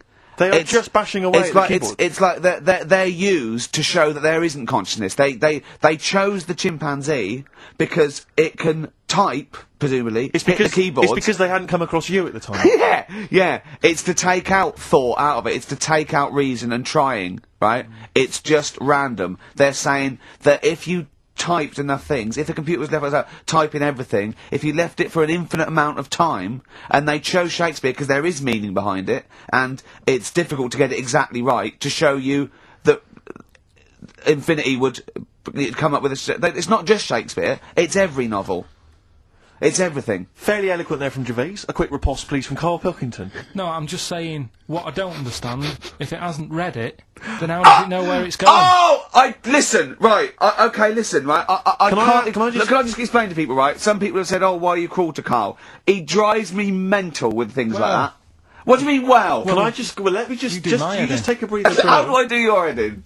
He keeps coming in the week. You know that I work here properly, in the week, don't I? Yeah. I've got a proper job, yeah? Should be 9 to 5, but I normally get in at about 8 o'clock and work A lot till of people about getting 8. 8 o'clock. Working hard, trying to do my job. 3 times this week, I've been rushing around, I walked past my little studio, he's sat in there, alright? Now, because I've got this sort of job, I can get away with it. I said to him, if I was a doctor... would he keep coming to me practice? If you were a doctor, there'd be severe problems with the NHS. Imagine that. The standards would have lowered so much We go to if you can lunch. arrive at the hospital, you're a We'll doctor. pop in, I'll go to lunch, don't we? We have a little lunch break, don't we? I go, come on, let's go now. He goes, I'm busy. I go, come on, let's go now. He's going, oh, you're doing me head in. Well, when I was talking about the monkey conundrum with Karl, he said to me, right, if I had a day off work, and I was, say, watching the TV, and with one hand I was typing a typewriter, would I type Shakespeare? I mean... Yeah, but you see, there's certain things. We were talking a little bit about this stuff the other week, weren't we? When we said you were going on about Einstein, and I said he's not that good. You know, E equals MC squared. You know, it sounds good, but I've never used it. And that. Right? I've never used it. You haven't used 2 and 2 equals 4, Karl. The fella with an apple fell on his head. You know, it could have been anyone sat under that tree. Do you know what I mean? It's just annoying. Lucky. And It just happened to be a genius. Newton gets all the credit do you know for what his I mean? laws of the universe. Well, other people were working whilst he was having a lunch break under the tree. Okay. So in a way, it's like he didn't deserve to have that success story. Again, forget the apple and the tree and whether he was sitting down having a lunch break. It's totally irrelevant. Yeah, but what I'm saying is there's certain things that will just happen. You know, it's like, I think we were talking when we were out eating the other week. we were talking about Noel Gallagher. Well, this is the reason the monkey discussion came up, right? Noel Gallagher. I don't know what to say. I don't know what to say. Rick, I don't want to misquote Noel. I'm like Herbert Lom in Clouseau. I'm going to get a twitch whenever he opens his mouth. I don't know where to start with some of his statements. Well, as I say, this discussion began because we were talking about a quote that Noel Gallagher supposedly gave. Now, I don't want to misquote Gallagher, but the gist of it was that he said, had I written Wonderwall or whatever, instead of the Beatles writing Strawberry Fields or whatever, I'd be the one that was considered the great songwriter and it wouldn't be the Beatles. You know, it's just the fact that they came first that meant that they get all the credit as being the greatest band in the I don't know world. where to start with that statement either. I mean, that's Gallagher's thing, and he's, you know, well, whatever. We know what we think of that. What was your point, Karl? You agreed with him, didn't you? Yeah, I reckon, right? Do you know we've talked about putting a baby in a room before and it'll know what colour it is and stuff? If you've got a room that's painted red, right? But forget that, because that's going to confuse Hear him out. Listen to me. Say if they did some new TV show, right? Like, what's that film with Jim Carrey in where The Truman Show. The Truman Show, right? So they make up a little room and some woman has some kids and you say, right, let's put the kids in this room, and they don't know what's going on outside. They don't know anything about, like, EastEnders and that. It's like their little world, right? They don't know anything that's gone on. How could a child survive without EastEnders? Right, listen. So, he's sat in the room, right? And then, when they're all asleep... Right, Wait for this bit. Someone Have you heard this? Yeah, bit? wait for this bit. They're all in a room. Yeah. They're asleep. Yeah. Someone pops in, puts a guitar next to the bed, right? Nips off out again. They wake up in the morning... And one of them goes, what's this? They don't even know it's a guitar because they've never seen one, right? They're talking English, though. Yeah. We just left guitar out of the vocabulary. Right, so... There's plenty more to come. So, one of them will pick it up, and they'll go, I don't know what it is, and they'll start strumming, they'll go, that sounds good, doesn't it? Give them a few weeks, they could come up with Hey Jude. Whereas, typing Shakespeare, a monkey that can't even spell... I see that. They can't answer it. I might come with you, Rick, if that's alright. we've got to sort out that Christmas special as well. Yeah, no, sure. Alright, I'll see you later. I'm shooting off then as well. Cheers, Karl. See you later.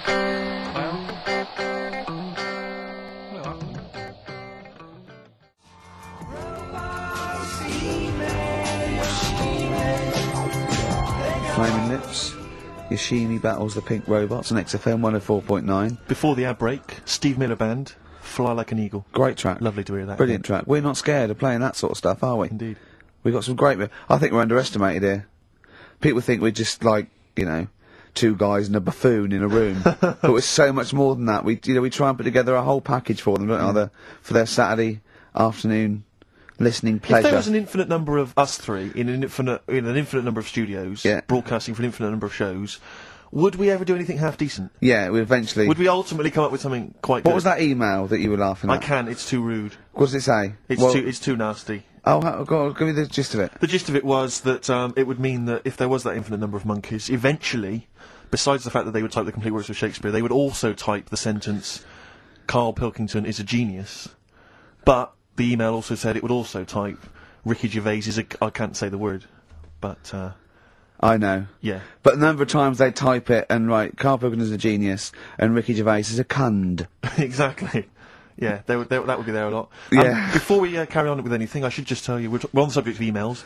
There's one emailer we're always looking forward to hearing from.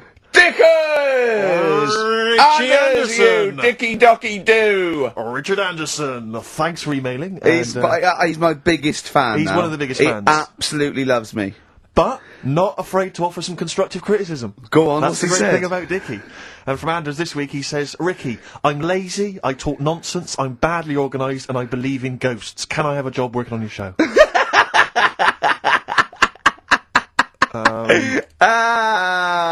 Possibly, Anders. Maybe send in a CV. Or email a CV. He's put a little bit of all of us in that, hasn't he? Oh, I'll ask you if he's a goggle-eyed freak, Steve. Alright, calm down. Well, no, I didn't mean... there's no need to get insulted. No, I didn't No need to necessarily get mean nasty. you, no did need I? to get nasty. Well... I was thinking about that, actually, Steve. Oh, God. Just talking of the old... What? What? Talking of the what? No. Do you know, like... This better be good. No, you don't have that many girlfriends and that. What do you mean? Karl, why are we on this? I was defending you in the whole monkey discussion. Come on, what's your point? What's your point? What's your point? No, what's the point? What's the point? I just was thinking... If there was an infinite number of Steves? You're an odd-looking fella. Come on, Karl, get to the... No, you know cut I know to the quick. that. I've told you that Cut loads to of the quick. times. What do you mean, you know I know that? Well, there's no point pretending anymore. Steve, I'm flabbergasted. But also, you don't like spending money, right? He's mean and weird looking. Valentine's Day. I'm gonna. Oh. Are you sort of, you know... You've got to love him though, haven't you? What are you happier with? The fact that no girls like you enough, right? This is really mental. Or are you happy because you don't have to spend any money on a card for someone? A little from column A, a little from column B. Wait, let's have more monkey news. What have we got? No, we've got We've got so much to get into this show. Insults, We don't need stupidity. the insults. I think we've got enough. We don't need the Yeah, insults. there's no more insults. No more What insults. angers me with Karl is you know he's been planning that. No, I haven't. I was thinking about it on the way in because Valentine's Day is coming up and I'm not a big fan of it. Right? Condoms? You bought your girlfriend a box of condoms for Christmas. I don't think you can have a go at me. To be fair. No, but I don't just treat her on Valentine's. I'm always... Do you know what I mean? You don't even treat her on Valentine's. You don't even treat her at Christmas or on her Hang birthday. on. When do you treat her? Hang on a minute. Wait a cotton picking minute there. Oh, why I order. took her out. I took her out Wait last a night. minute. What was that? Tiffany Dog. I treat your girlfriend better than you, and I've only met her twice. I took her out last night and she enjoyed herself. Where'd you go? Until she had to write the check. Where'd you go? Where'd you go? To a chippy. A really... Play a record! To a chippy? No, a really quality one. Right. Oh, God! Under a fiver for two. Oh, cod nice lots. wrapping. Not newspaper, greaseproof paper. And bread. And bread. Ash, and sometimes on XFM 104.9, I'm Ricky Gervais with me, Steve Merchant and Karl Pilkington. Right. We've got so much to get through. Alright. London's shit, innit? Sorry. Shouldn't swear. On air, my studio. Never swear on an on-air studio. Yeah. Apologies. Not really swearing, is it? I'll tell you what swearing is. Oh. Yeah, Graduate. You're going to play that again and give a winner. Give a winner. Well, let's hear it. So it's Karl Pilkington featuring in The Graduate. Yeah. Well, Here you go then. So, you ready for it? I've brought some condoms from home that Suzanne got for Christmas. Benjamin, What? will you bring me a hanger? A what? A hanger.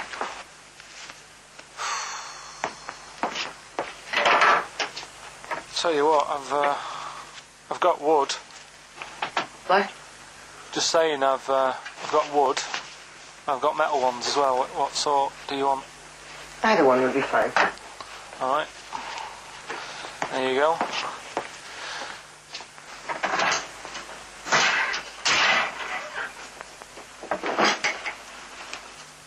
Are you afraid of me?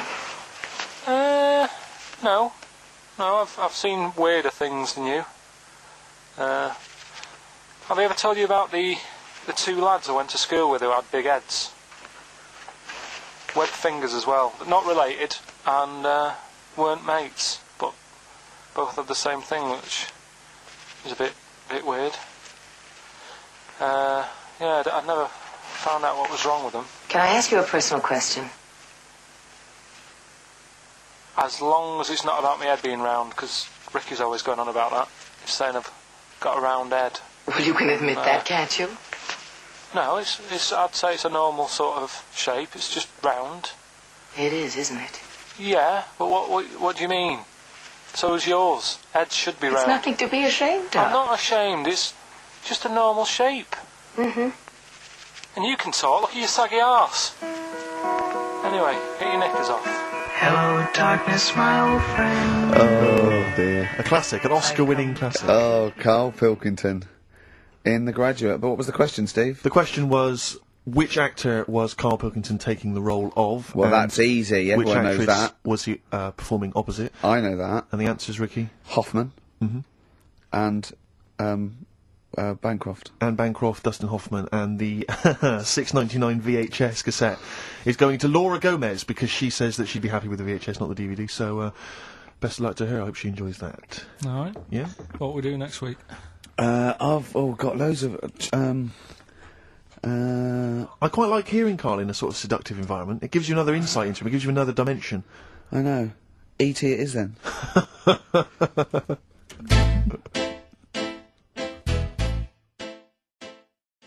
That last bit, that wrap off at the end, was lovely. It was just like Rocky or something. Shall we have a wrap off maybe next week? Yeah, the three of us. Yeah. Let's try and master the art of talking civilly to each other first before we start making it rhyme. Rockbusters, Karl? Yeah. I'm not a champion of Rockbusters, as you know, but I think it's overstayed its welcome. But I'm Well, going to go I along think with Karl's just giving the fans what they want here. it. Okay. It's a popular thing, isn't it? Got some good prizes. The press are behind it. Let me tell you what the prizes are.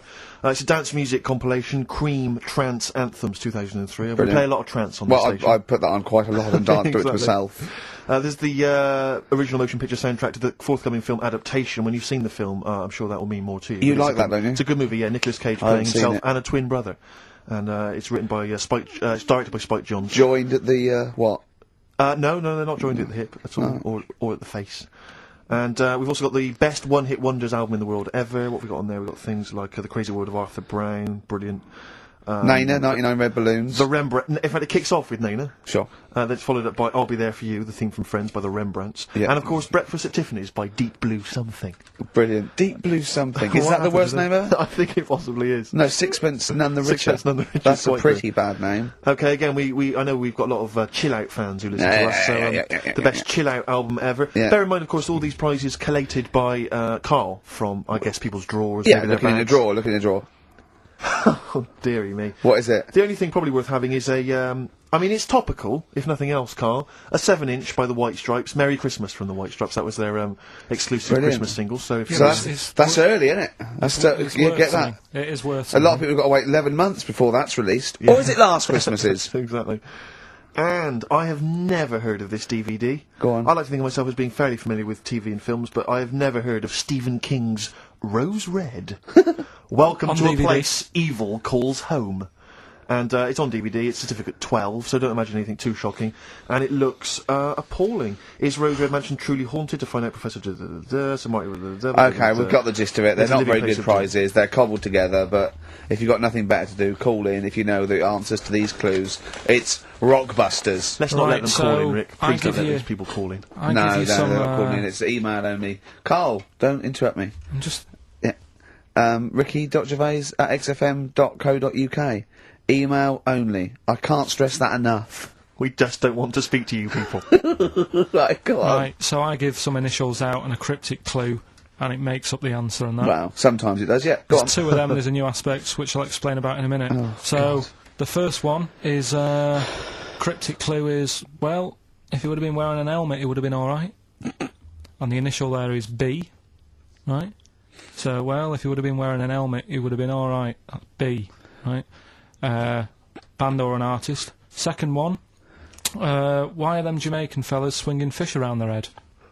Okay. Alright, Just initials fills me with... DS. DS. Why are them Jamaican men swinging fish around their head? Alright? And the final bit, to Rockbusters. It's a new bit. Last week I played you this.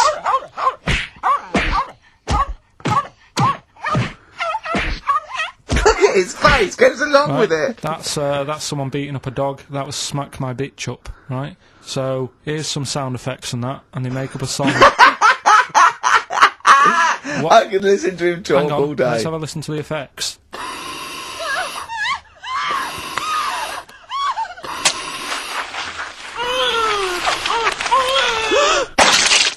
That's terrifying. Right, I told you not to play that one. It's rubbish. No one will get that. Well, we'll see. I heard that. I can't always say, what do you think? I said it's rubbish. No one will get it. No, it's not the one you think it is. Ah, right. So, email in, ricky.gervais@xfm.co.uk, and you win that stuff. I'm a little bit confused. I'm here. I've heard what you're saying. We've discussed this in the past. I don't know what's happening. What's that? Is that a clue? That's a cryptic clue. That's screaming to a song, is it? To do with screaming. Well, don't say it. So It should stand up by itself. Don't give him any clue. Hang on a sec. So this is the name of a song. It's not a band or an artist. Yeah, the sound that's- effect. So the song. first two are bands or artists, and the last one is the name of a song. I said we should abandon this. I said we should just pack it in. What, the show? Yes! Come on, Placebo. someone talk. I'm looking at his face, his headphones are too loud. Instead of turning them down, he's just grimacing, going, these are too loud. I don't understand it. Yeah, how have you lived this long? How did you make it to 30 without getting squashed or eating something deadly poisonous? I told you, I used to choke a lot.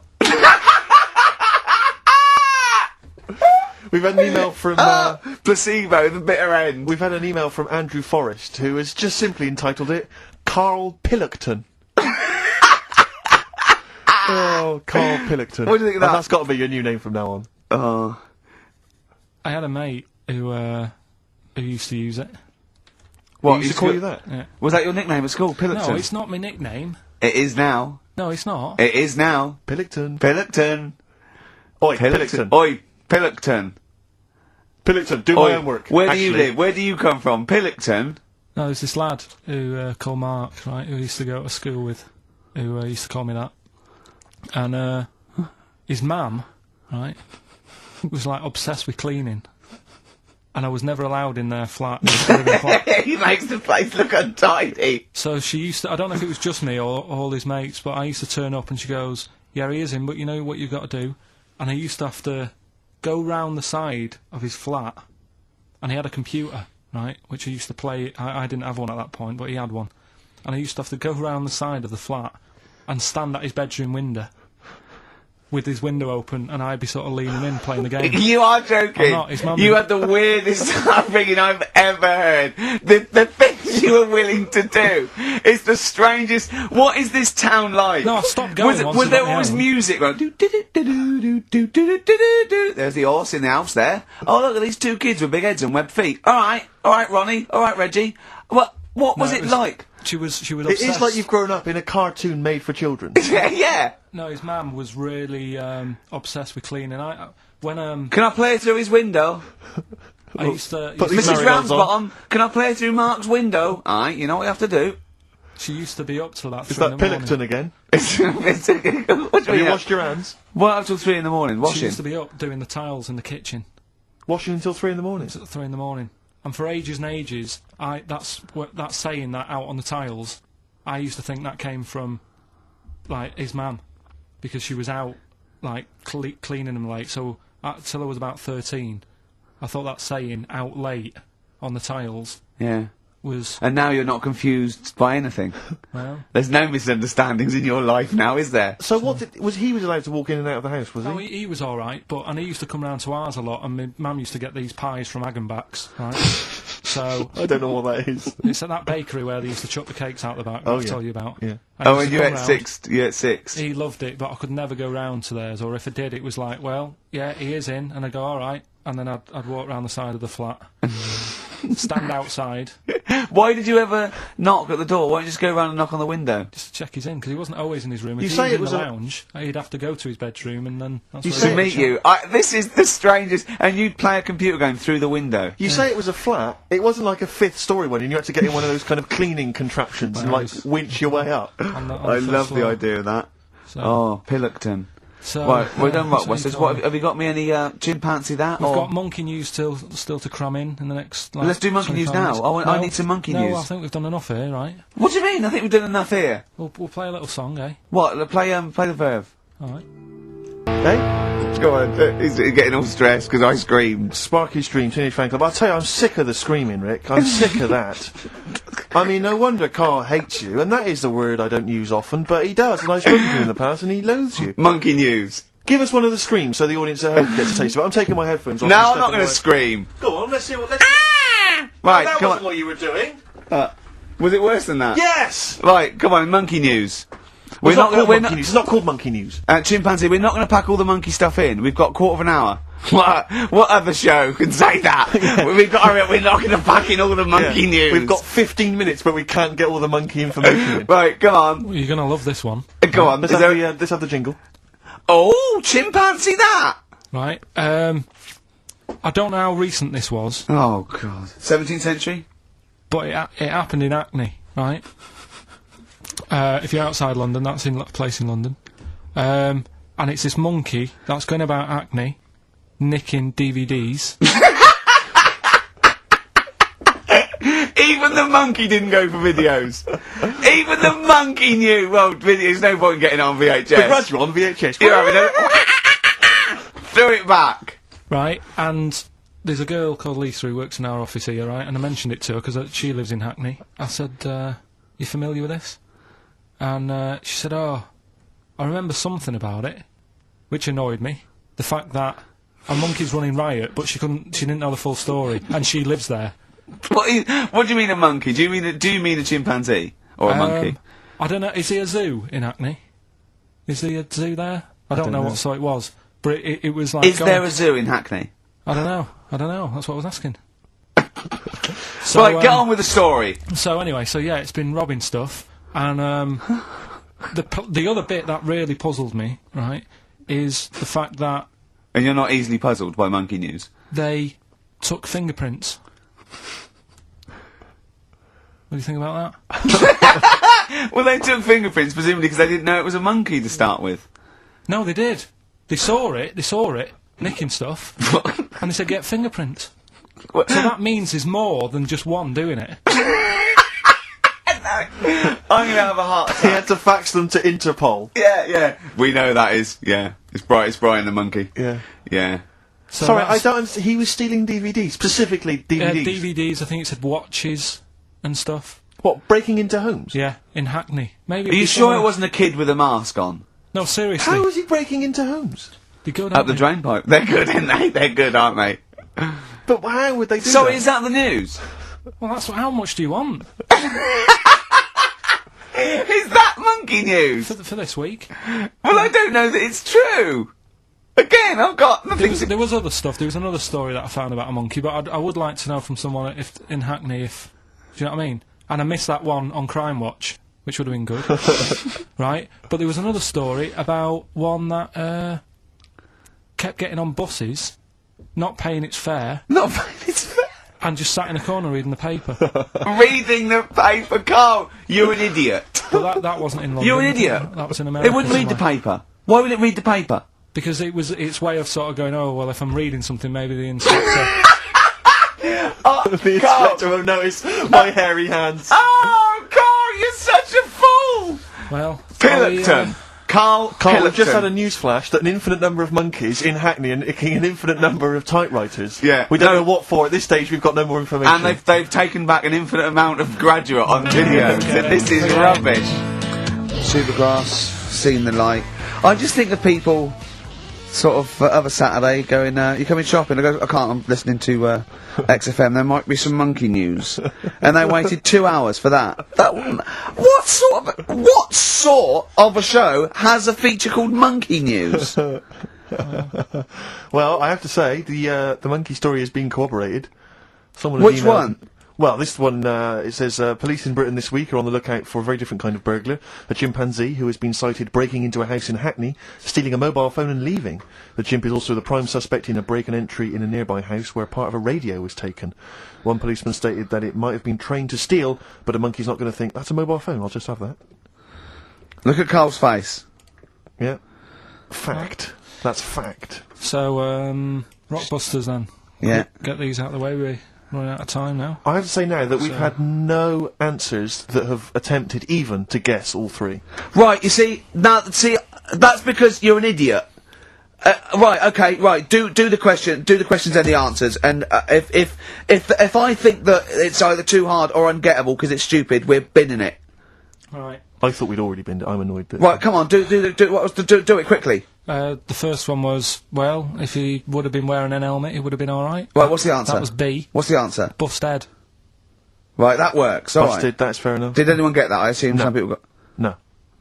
People have given up, Rick. People aren't even bothering to contribute. Right, what's the next one? They've just ignored it like it never happened. Busted. Second Busted. one. Busted. Why are them Jamaican men swinging fish around their head? Go on. That was DS. Yeah. 70s band, Detroit Spinners.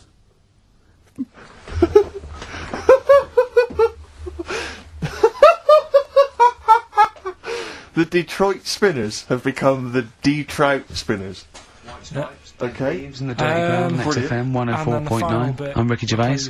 With me, Steve Merchant, Karl Pilkington. We have got a great show lined up for you. Absolutely. Today it's just, Valentine's weekend, some love songs, Ooh. we've got some chat, and of course the competitions. I'll tell you what, I was walking here today, and the West End is crammed. There's helicopters, there's police, there's about 1 million people sort of just milling around, standing around with placards and stuff. I don't know what they're doing, but they've got too much time on that. They need a war. You don't read the newspapers, do you? Boring. Ooh, those boys can rock there. That's the Guns with All Their Roses and Sweet Child of Mine. On XFM 104.9. I enjoyed that. Yeah. That was good. It rocks. I hope the audience was playing it loud, like us. Yeah. Ricky Gervais, Steve Merchant, Karl Pilkington. Well, look at him yawning. How rude is that? Carl, what's wrong with you, man? Have you been up late? A little bit. Girlfriend was away, wasn't she, yesterday? Yeah, I always have a problem with that. I always have, because you don't go to bed, do you, early? Do you know what I mean? You sort of think, I just always find that thing that if, you know, you're used to living with someone, Yeah. one of you will go, let's go to bed, then you'll go, alright. But when you're on your own, you go, You just forget to go to bed. I just stay up. Okay, stop eating now, Karl. You've ate all the food. That's just a plate. Oh, all right. Okay. Yeah. No, I stayed up and watched, there was a thing on about Dracula. Right. What, Dracula? And I found a flaw in it. Go on. Not the fact that he's the living dead and No. and drinks blood to stay alive and he doesn't reflect And he can in turn into a mirrors. bat. Well, And you can go on. the mirror thing, you can't look in mirrors. Can he? Well, he can look in mirrors, but he can't see himself in a mirror. Yeah. That still doesn't work. Go Okay, on. go on. It doesn't work at all, Karl. It doesn't work. Go anyway. on. Well, Centre parting's always really neat. His centre parting's always really how neat. does he do it if he can't look in the mirror? Blood on the floor or something it was called. Rubbish. I love the flaw in the Dracula film is that his centre parting's too neat. How does he do it without a mirror? Oh. Was it a documentary about Dracula? No, Yeah, it was the real it's Dracula. The real called- Dracula. Yeah, the real Dracula, the It's true just a Dracula. film. It had blood on the floor or something. It's called. Yeah. It's rubbish. From 1970. Yeah. Right, but you know- stayed up and watched that. You know there aren't Yeah, really that's right. vampires in that sense. Yeah. Yeah, but it still annoys you that his centre parting was too neat. Well, if you're going to do it, do you know what I mean? I'd like to see him with a fringe sort of pushed forward Mm. and maybe a hood up, alright? Come to suck your blood and that, alright? Yeah, just bits of tissue paper all over his face where he's cut himself shaving. I can't see it. Bloody mirrors annoying me, alright? I'd love to see that. A little mank Drac. That'd be great, wouldn't it? Well, that might be a film that we do in our movie. Mancula. Just getting onto that. Mancula. Count Mancula. Alright? You got any rave? You got any rave music, right? Huh? Got any Oasis or that? That'd be brilliant.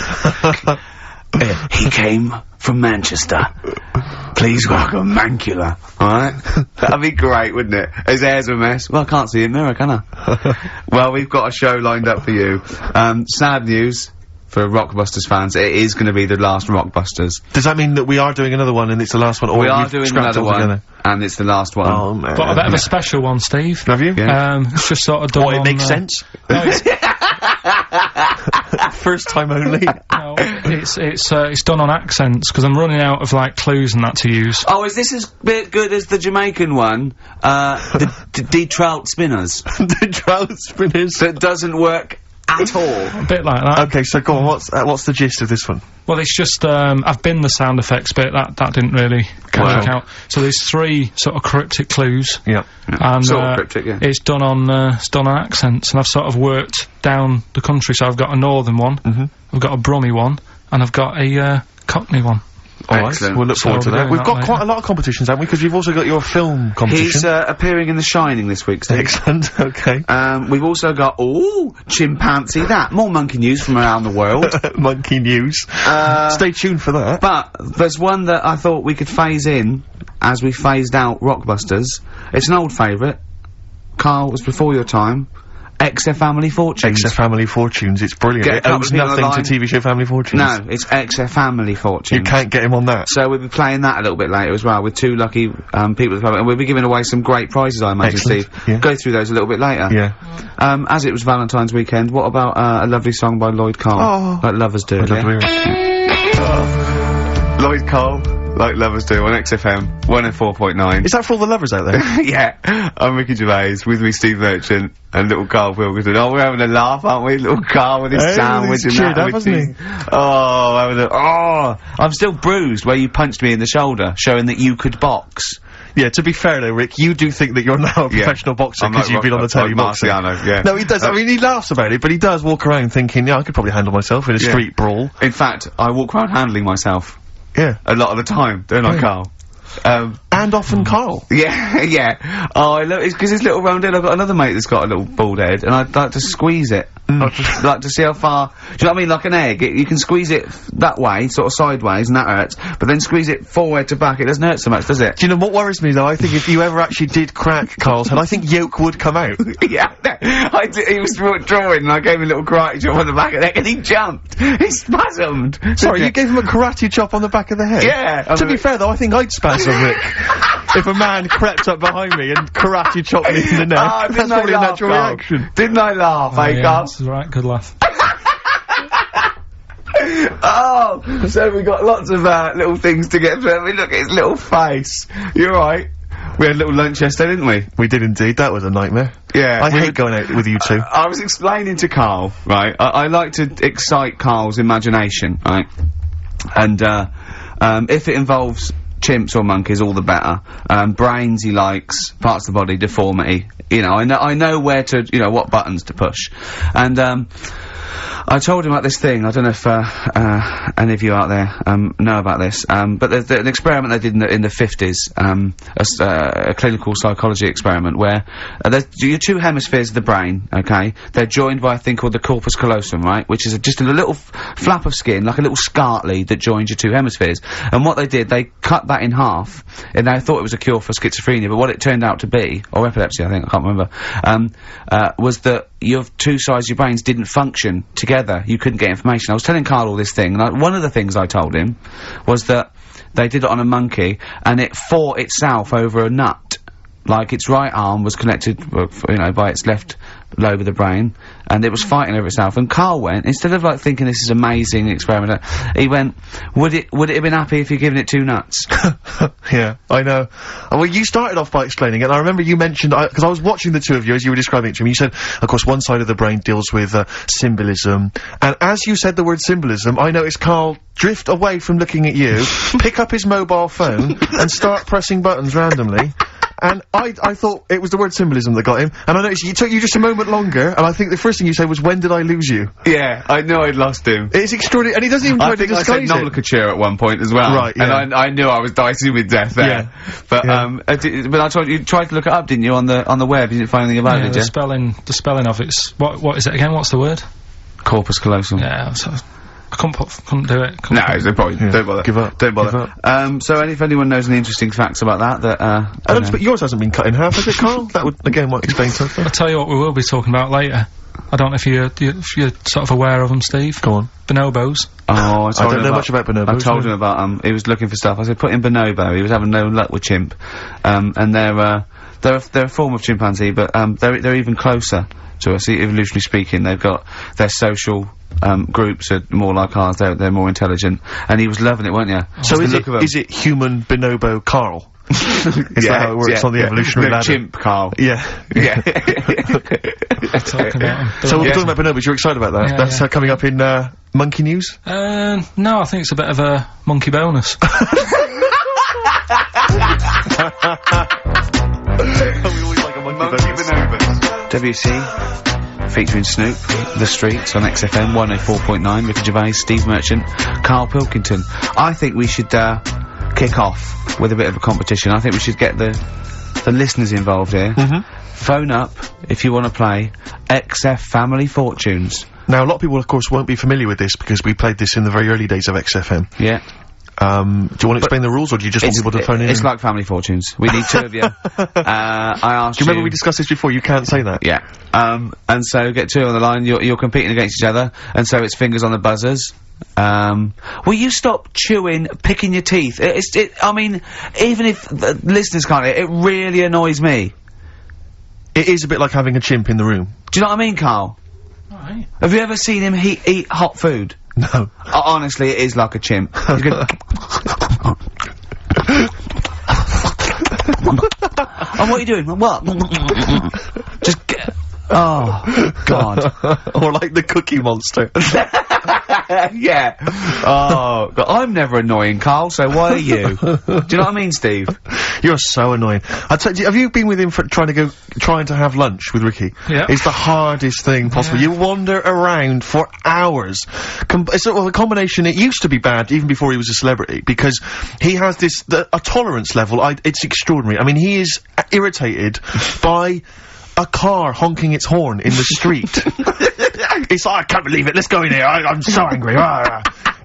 He gets annoyed by police sirens, by rain, wind, birds in the air, other people in the streets. They're the most annoying. Children particularly, whether they're in a school playground we happen to be walking past, whether they're on TV. It's just noise that isn't mine. Well, I know, but this is the thing, you are the most irritating man I've ever met, without a shadow of a doubt. I mean, you know that, Karl, don't you? I mean, noises he makes, it's extraordinary. I mean, I've been editing some behind-the-scenes footage we shot of, making the second series of The Office. It's extraordinary. I've had to cut sequences out involving Ricky because they'll just think he's a giver, just think he's an idiot, like some kind of puppet that the rest of us are controlling, because he's shouting, he's whistling, he's honking, he's making noises, he's dancing around. It's extraordinary. And if you're out trying to find somewhere to eat with him, all these irritants, all these annoyances, and it's, oh, that music's too loud, I don't like that particular song, I'm not going in there, there's more than 8 people in that cafe, I'm not going in there. It's just extraordinary. I think we need a woman. I'm thinking of hiring a woman, like a PA, to just go out ahead of us, scout ahead of us, go in, you know, and she can just phone back and say... Oh, sexist. Oh. Or a guy. Oh, that's... Or a fella. Oh, sexist. Or a fella. Just to scout ahead. Oh, I'm thinking of hiring a woman, subservient role. We couldn't hire him. Oh, no. Oh, sexist. Well, that or a chance to meet a woman. Yeah. That I'm also paying. It's like paying for it. Exactly. Slightly more above board. Yeah. So, if you want to play Family Fortunes, call up. What's the number? 08700 800 1234. Yeah, it's just like Family Fortunes. 2 of you are competing for some great prizes. And, I go, something you know how it goes, and then I go buzz and play it on board. It's not as high-tech as Family Fortunes. Current single from Nick Cave and the Bad Seeds, that's Bring It On. Yeah, on XFM 104.9, Ricky Gervais, Steve Merchant, Karl Pilkington, and 2 people on the line to play XF Family Fortunes. Brilliant. Hello. Steve first. Steve, hello. Steve first, hello, how you doing? You alright, mate? Where are you calling from? From my pub in Barnes. You got a pub? Yeah. In Barnes? Yeah. Are you posh? No. Oh. I suppose you're the local landlord. Do they come in and sort of like go, good man, there's a shilling, get me some ale? They're all posh in Barnes, aren't they? Well, no, not all of them, actually. Does Nigel Havers come in your pub, because he lives there, doesn't he? Well, none of them do, actually. I know there's lots of them about, aren't there, in Barnes, but no, not You've banned them. You've banned them. Who's on the other line? It's, Jennifer. Jennifer, hello. Hello. Where are you calling from? I'm calling from Forest Hill. Forest Hill, that's right south, and I don't go out of WC1. Oh, you should. Do you run a pub? Do I own a pub? No. Do you drink in one? Yeah. That's just good. just from friendly chat there? Yeah, you know that thing between the brain that you were talking about before? Oh, yeah. I can't remember what it's called, but they did an experiment, and apparently the length of it determines whether you're straight or gay. Is that right? That's what I heard. Yeah. Well, so what? You could actually trim it if you fancied. It didn't go that far. Oh. Well, you've just interacted with Karl Pilkington. Oh my God. I'd treasure that. Right, here's the prizes. Okay, now, listen, don't be disappointed, because, as ever, Karl has just gone through some people's drawers here at XFM and found some really quite shoddy prizes. So, you get, on DVD, I don't know if you're a fan of, are they a German band? Rammstein? Or Rammstein? Oh, you'll enjoy that. But there's any number, that includes Asch zu Asch, Spiel mit mir, and Hergelade. That's just some of the classics on this, DVD of their greatest videos. Red Dwarf, the first. Do you think Germans sit around looking at ISIS records and going, look at these Wonderwall? Possibly so. Wow. The very best of the Stone Roses, although I might have that, so anyway, there's also an I Love You compilation, kind of appropriate, and, a tribute to the Ramones, which might be interesting. So you can get the idea, Steve and Jennifer, the stakes are pretty high. Okay, here we go. Very happy, Extra family fighting hard. fortunes. So, fingers on the buzzers, just both go, wah!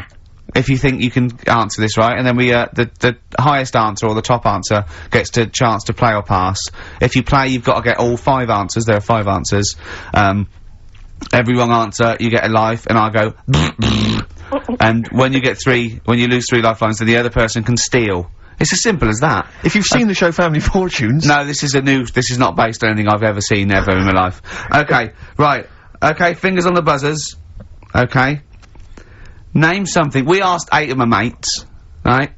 Something you associate with Karl Pilkington. Okay, Jennifer, what? Silliness. Yeah, that's the top answer, thick or dimness. Do you want to play or pass? Play, please. Okay. Stay tuned, Stephen, because you might be able to steal if she gets 3 wrong. Okay? Right, okay. Right, we've got a top answer, 4 to go. Thick or dimness is top answer, obviously. Okay, Jennifer, some other things associated with Karl. Comedy. You'd think so, wouldn't you? Yeah. No. I don't even know who he is. You don't even know who he is? No, she does. She must do. And yet, bizarrely, she knows that silliness or stupidity is the top answer. Yeah, come on. Something else. Smelly eyebrows. One more wrong answer, and then Stephen gets a chance to steal. Okay. I don't know. People are screaming it at home. Very sensible. Oh, was that very sorry. sensible? Yeah. Okay, Stephen, can you think of one of the answers that Jennifer didn't get? Must be a mind for a name nonsense. Oh, well, I'm gonna give you that, because number 5 is even thicker. So, yeah, what you missed is, our top answer was thick or dim, second top answer was Manchester, third was Roundhead, 4th was airy Chinese kid, and 5 was, even thicker. So, I think Stephen's the winner there. Yeah, I think he's done well. Yeah. You enjoy Rammstein, and you get the Stone Roses and an I Love You CD. So that's the pilot for this show, okay? When Blockbuster's all over, we're gonna phase in XF Family Fortunes. Karl, thoughts? It's not that good, is it? Why? It's not that good. Just... I'm not that happy with it. Why? Why? Yeah. Well, I'm just... What else? What? No. You're definitely right about that top answer.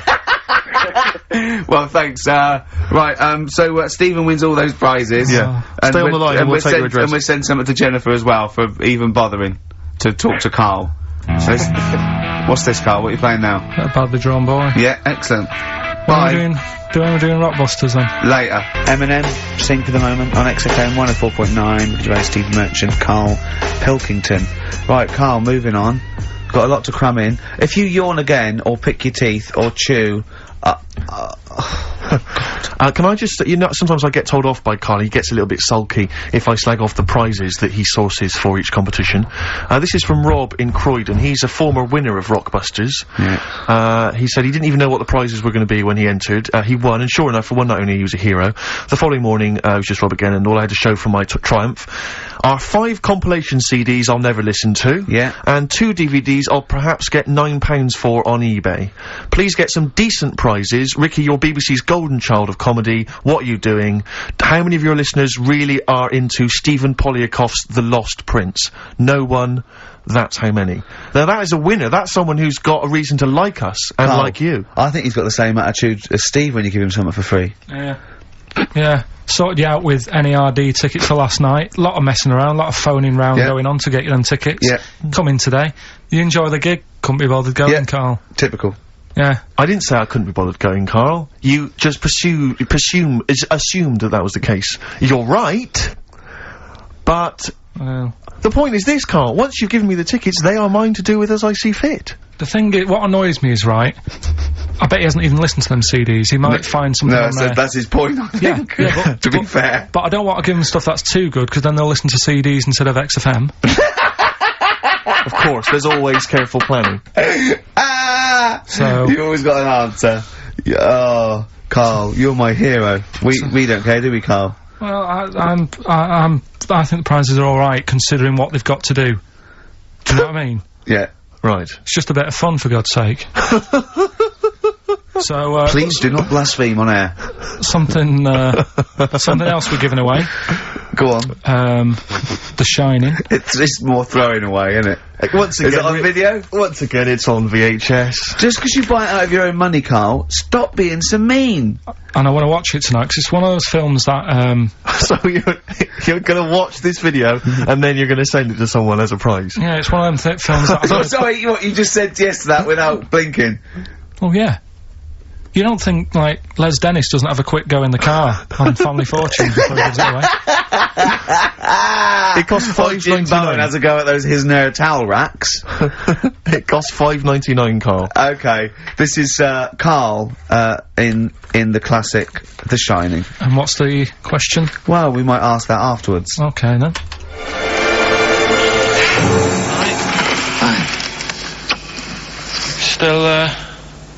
Still trying to write the book, then? No? Yes. Good. Funny, someone told me the other day, weird thing about a typewriter, the top row of letters, the longest word you can write is typewriter. I'll just show you, just... That's weird, isn't it? It's just the typewriter being... You're not in the mood, are you? You're in one of those grouchy moods again, that you get into when you're writing. I'm not being grouchy. I just want to finish my work. Yeah, it's just being a bit funny, a bit offhand and that. Let me explain something to you. Go on. Whenever you come in here and interrupt me, you're breaking my concentration. You're distracting me. And it will then take me time to get back to where I was. Understand? Yeah, but I just was coming in to try and cheer you up, you know, if you... I mean, I'm full of ideas as well, you know, if you're having a problem coming up with stuff, got loads of stuff, loads of ideas you could write about. The other day I read about this airy Chinese kid. What do you want me to do about it? No, it's just that it could make a good book, do you know what I mean, sort of following round. That's swell. Well, I'd buy it, you know, but if you don't want to know, don't bother doing it, but... Do you know what I mean? Just airy Chinese kid, it's weird because they're not normally that airy over there. Yeah, this kid caked in it, but if you don't care... I wouldn't touch one hair on his goddamn little head. You won't have to touch any hair on his head, like I say, he's covered, leave the head alone if you want, touch his hands, he's totally covered in it, but... I love the little son of a bitch. Well, don't go that far, you haven't met him, but I can sort it out. I'd do anything for him. I don't think you'd expect that much, just take him to the barbers 3 or 4 times a week. You know, he's a good little kid. In fact, I'll do it. I think I'll write a book on him. Yeah? How do you think you can handle that? Yeah.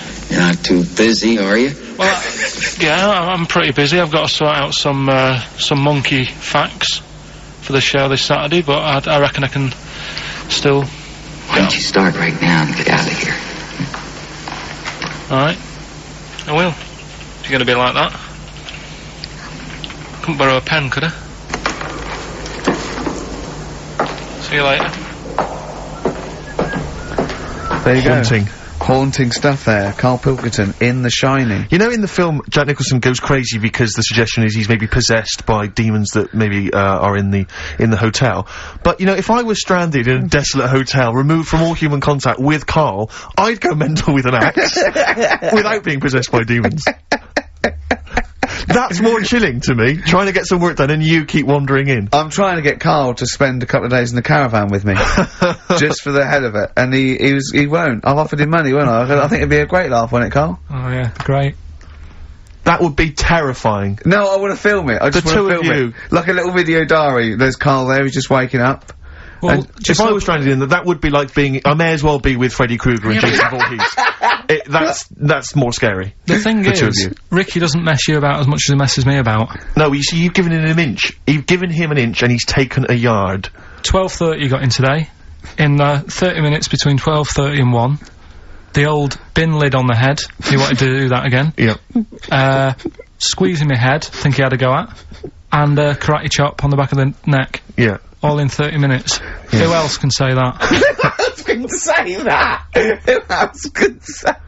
What do you mean? Anyway, have we got a question then? Yeah, to win a copy of, I'm so embarrassed to say it, The Shining on VHS is worth $5.99, and it will have already been watched by Karl Pilkington, probably not even rewound. Yeah, to win that. And a little bit of tripe and cow eels where it just slipped into his dinner. A barm cake outside. As he was reading the back of the box trying to figure out what was going on. The ingredients. What about this, right? Here's a question. I've got a question. No, go on. No, I want to hear Karl's first. Okay. No, it's about the film. Because when I was whizzing through it, I saw something and thought, oh, that's good. The kid who's in it, he was writing something on the back of a door with lipstick. What was it? Well, that's a tricky question. I can't remember. Nor can I. Alright. So the kid in it was writing something on the back of the door. Is that going to be too hard for anyone? Let's see if... I mean, I wouldn't be surprised if there's somebody... Right, the phones are going, so it might be. Yeah, but this is email, isn't it? Alright, ricky.gervais@xfm.co.uk. What was being scrawled on the back of a door by the little kid in The Shining? Be honest, if you know that, it means you've probably already got it and you've watched it about 8 times. Yeah. Fair enough, though. Alright. Bob Dylan. Oh. You're gonna make me lonesome when you go on XFM. Sorry, they're arguing. Steve and Karl but he just goes, you've got to keep it slick. Do you know, can I just tell them what you're arguing about? Think of this, right? This is the argument. They're arguing whose fault it is why this show is rubbish. Think of that! What? That's a perfect... I think that's a valid criticism. At least we're discussing it. You're just accepting that that's the case. You're not even trying to change it. We're ashamed of it. Yeah. We have to go out there. I should be, but, I quite like it. In fact, I remember when we went out about 2 weeks ago, and said we got to, you know, make it tighter and that, make it good. Went out for something to eat. You were happy sat at the table talking about squids and having to, you know, go off with one if you wanted to have a kid. I brought up the topic, right, what we're going to do about the show. Suddenly you've got to go. It's like, oh, I think I've made plans. So me and Steve sat there Can I with stuff. See, I do that. I do acknowledge, quite shamefully, that this is more enjoyable for me to do than for you to listen to. But it's like 2 hours sort of playtime for me. It's like, you know, the study period when you're meant to read a book, but you actually can't afford to run around and draw pictures. I think like this, even though I'm getting paid for this and I'm meant to be working, it's nice. It's cool, isn't it? Not for the listener. But for me. But the problem is, the only way we can improve this show, Karl, to be honest, the only way we can make this good is if the 3 of us resign. Yeah. And they replace it with someone else. Yeah, but Karl, you're getting flustered and you're getting stressed, because you're, you know, I don't know what I was saying, answer the phones, you were letting them ring, you're still letting it ring. You're still letting people phone. You go, oh look, leave that. And people have phoned in, good enough to phone in, to ask for something for free. I think you should at least answer the phone and say, it's not worth it, the prizes are rubbish. Well, whilst I'm doing all the other stuff, maybe you can do that. No way. Right then. But to be fair, Rick, I'm not accusing you of being lazy. No. But you're sat on a chair, and yet you're almost vertical. I don't know how you've done it. It's like you're almost asleep, but you're sat on an upright chair. I don't know how you've angled yourself in that way. I'm gonna have a bad back when I'm, in old age. I'm just gonna be bent double. Right, so come on now. Pretend we're starting now. Okay. We've just started the show now. Yeah, it's 2 o'clock. It's right. XFM. It's the Ricky Gervais show with Steve Merchant and Karl Pilkington, or our show. It's our show. From now on, I'm at least cutting up the blame as well. XFM 104.9. What do you want to know? If anything happened to me on the way here. Okay. Actually, it was about Wednesday or Thursday. I was walking along Charing Cross Road. I was on my way here actually to meet Karl for a drink, and this little fella came up to me. I think it was an overseas student. He's sort of like a student type, but he had an accent, and he came up to me and went, "Excuse me, are you one from the office?" And I went, yeah. He went, would you sign a script book of the office for me? I went, yep, by all means, yeah. He went, can you come to the bookshop? And I went, what, you haven't got it on you? He went, no, but if you come, I will buy one for you to sign. And I went, I can't really. He went, were you gonna pass one? I went, I'm not, no, I can't. He went, he went, oh, I was just in Waterstones earlier, and I didn't buy it. I went, oh, sorry. He went, you could just, I went, I can't. He went, okay. I went, I'll sign something else. Have you got something else I can sign? He went, of course. And I signed a pamphlet or a brochure or something for him. But I love the idea. Imagine me going with him and queuing up, and I'm in the queue. He's going, you going? Yeah, fine. Can you just hurry up? And he gets there, and his switch doesn't work, and he goes, "Can you lend me £10?" Yeah. I mean, imagine that. I'm a little bit annoyed you didn't go with him, frankly, because that would have been a sale of our book, and I get a little cut from that. Well, behind him was Salman Rushdie. Going, can we hurry up? Because I shouldn't be out. I'm getting a lot of funny looks.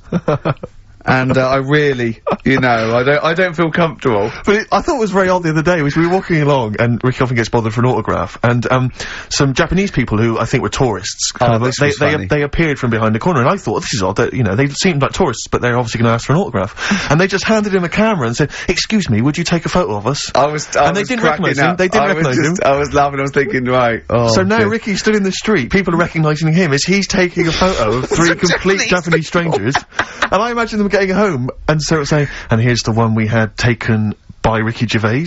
Taken with Ricky Gervais? No, taken by Ricky Gervais. From the office. Isn't that brilliant? Would you come to the bookshop with me? The life of a minor celebrity. Not really. Times like these, Foo Fighters and XFM 104.9. Karl, let's build up to Monkey News. Do you want to give the competition answer and winner? Yeah, we did the bit on The Shining, me acting out in that. Yeah. And the question was, the kid in the film The Shining, he, after, like, the devil had got in him and that. This isn't written out, is it? You're just winging this, aren't you? No, but I remember it. But you haven't seen the film, though, have you? No, but when I was whizzing through to get the clips to make that thing, I saw it and I thought, hang on a minute, I'll watch this bit. And that's why I want to take it home tonight and watch it. I meant more how you're presenting the competition. It's just like Jonathan Ross on Film 2003. Well, I'm just saying, right, so the kid's there in the bedroom, and he's got his mum's lipstick. Yeah. And he's saying... He doesn't run a mobile deed. No. And he said, he wrote down red rum on the back of the door. And his mum wakes up and thinks, what's he doing? She looks at him and she goes, oh. And then she looks in the mirror and sees red rum in the mirror. Right. Which he is thinks sort of... he's offering racing tips. It says murder in the mirror. Oh, clever. So, Kelly in Hounslow got that right, so... Excellent. After I've watched the film, I'll be whizzing that over to Hounslow. Brilliant. I mean, the one thing I do like about, this show, for all its faults, is the... honesty? Yeah. I mean, that can be good and bad. I mean, it's... I mean, some people think it's sloppy, arrogance, laziness, you know, thoughtlessness. They'd be right. Yeah. But, I like to think it's honesty. It's like a peek into the mind and workings of Karl Pilkington. He just said to me, because he was shaking, because he said to me, and I quote, he said, he's just, whittering to himself, "I must remember to eat next time Suzanne's away." I know. I must remember to eat next time Suzanne's away. No, but you did. I mean, I wonder if I lived on my own if I'd still be about. Because I just neglect myself.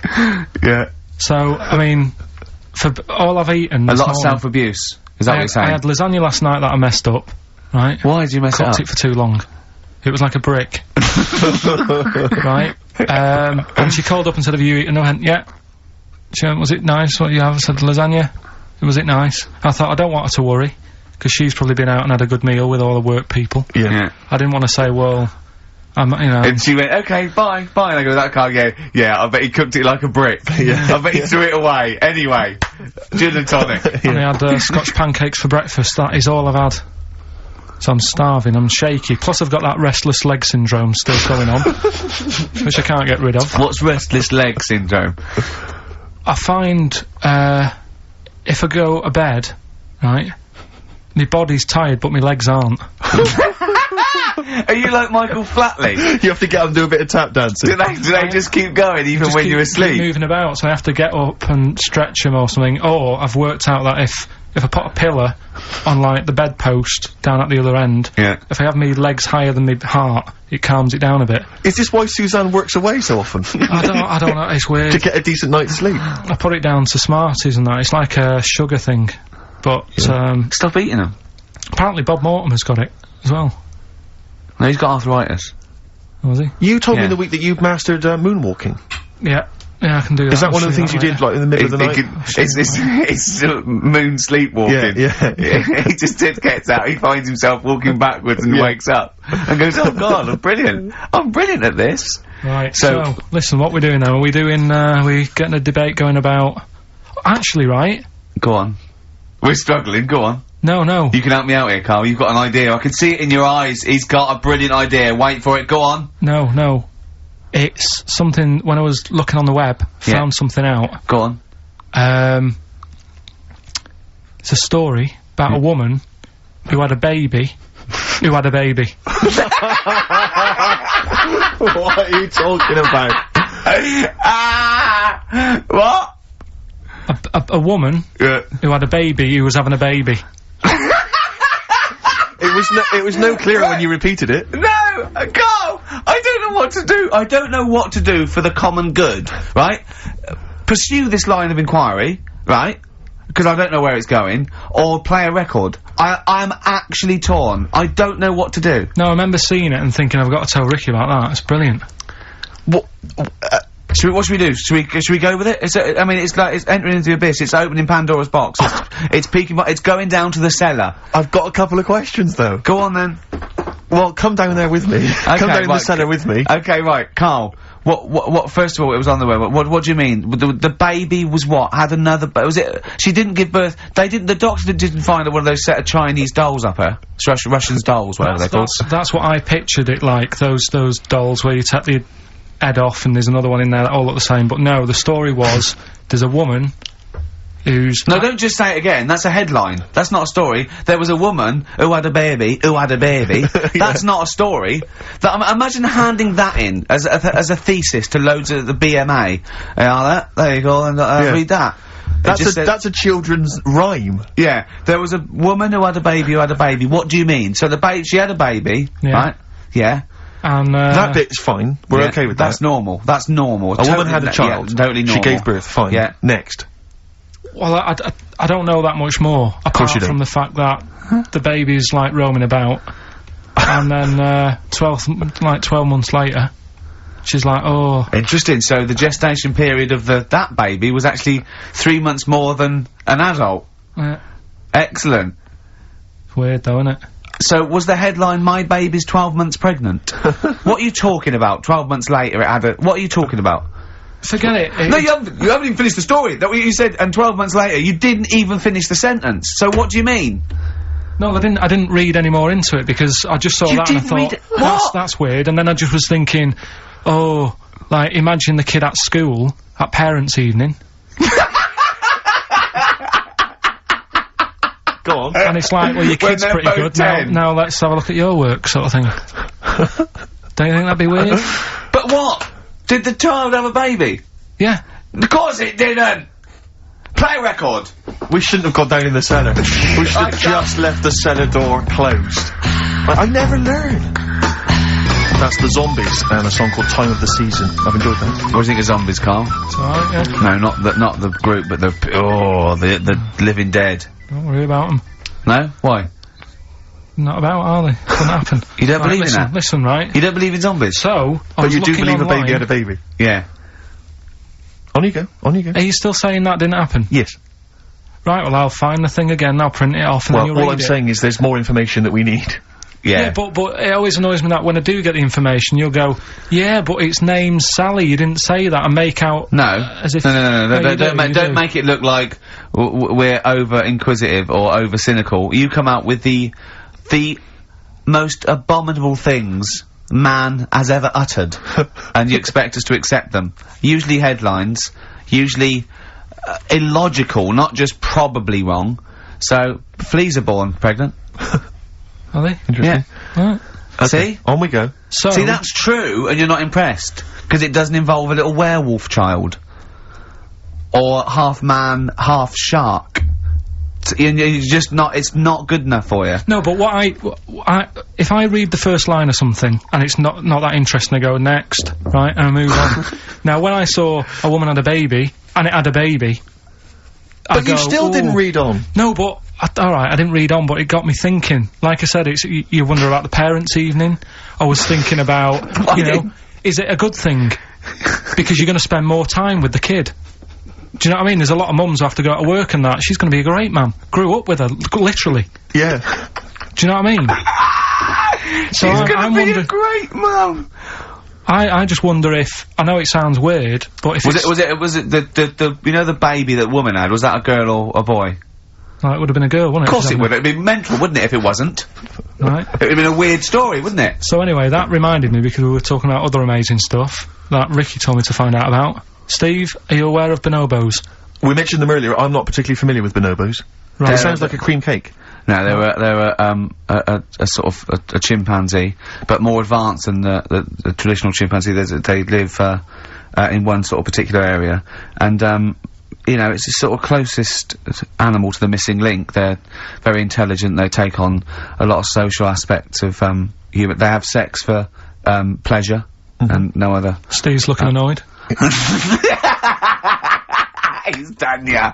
Yeah, what did you find out about apparently, I found out it's 98% not human, this kind of thing. It's nearly human, but it's not. We share 98% of DNA with it. Yeah, 98%. It's a higher percentage than you. They have sex for pleasure. They do look a bit like him, though. They've got a little round head, haven't they? But, and they're much more upright than the, you know, they've got a more flexible. I sort of get bored with animals that are, like, classed as being intelligent, right? So when you told me... I get bored with them. Because they're not doing enough, they're not playing Nintendo. Do you know, like, that people always rave on about dolphins, saying, oh, they're really bright and that? Yeah. You know, I was having an argument with Suzanne about it, and she goes, oh, yeah, dolphins are really intelligent. And I said, but what? What have they done? So she said, well, they use them in wars, they strap bombs to the back to go out to boats, to then blow up the boats.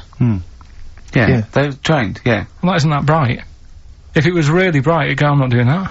Well, no, they leave them. They don't blow themselves up. They... anyway, but... Right, well...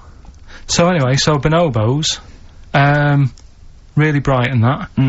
Now, I was looking at them, and they are, you know, they're saying... You know, they're just like humans, basically, right? But what I was thinking is... I didn't have a chance to ask you. If you got a mentalist... Right.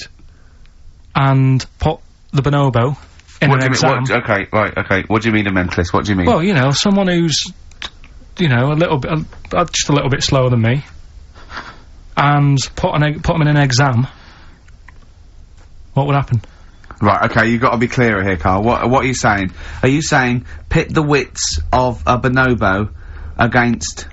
someone who's educationally subnormal? Yeah. What do you reckon? I don't know where to start. No, but if they're that good, why aren't they being used in labour and stuff? Do you know what I mean? What in the late? What do you mean in the government? Like, you know, like some jobs that they could do. Why hasn't someone caught onto it and thought, well, hang on a minute? Sorry, I'm not familiar with the bonobo. Seriously, could it do a job of work? How advanced are these creatures? Lots of animals do job of work. I think Karl wants this bonobo to start going to work with an umbrella and a bowler hat and have sort of like rudimentary language skills like morning, morning. So so I couldn't employ the bonobo to be my PA. It's not. I mean, how advanced are they? Could I teach you to go in the shops and collect something and bring it home? But you can teach a dog to do that. Yeah. It depends what you mean by intelligence, social interaction, also dexterity capability, you know. Could it produce this show? Yes! I'd have thought it could, randomly. Yeah. Just by pressing the buttons it could do a better job. It depends what you're asking, Karl. What you mean is, could a chimp beat a thick human at an intelligence test? Yeah, that's what I'm saying. But it depends on what the problem with the human is, doesn't it? Right. Well, first of all, mental illness has nothing to do with intelligence. Let's get that straight. That's one thing. Mental people aren't necessarily less or intelligent than people. Now, is that the clinical term? Well, exactly. A mentalist. A mentalist. Sometimes I don't know what to do. I don't know whether to start with where he's going wrong with the question, to answer it, to find out what he really means, because... It's just that if that did happen, right... What could happen? You want the Planet of the Apes, don't you? Here we go. Go on. Right?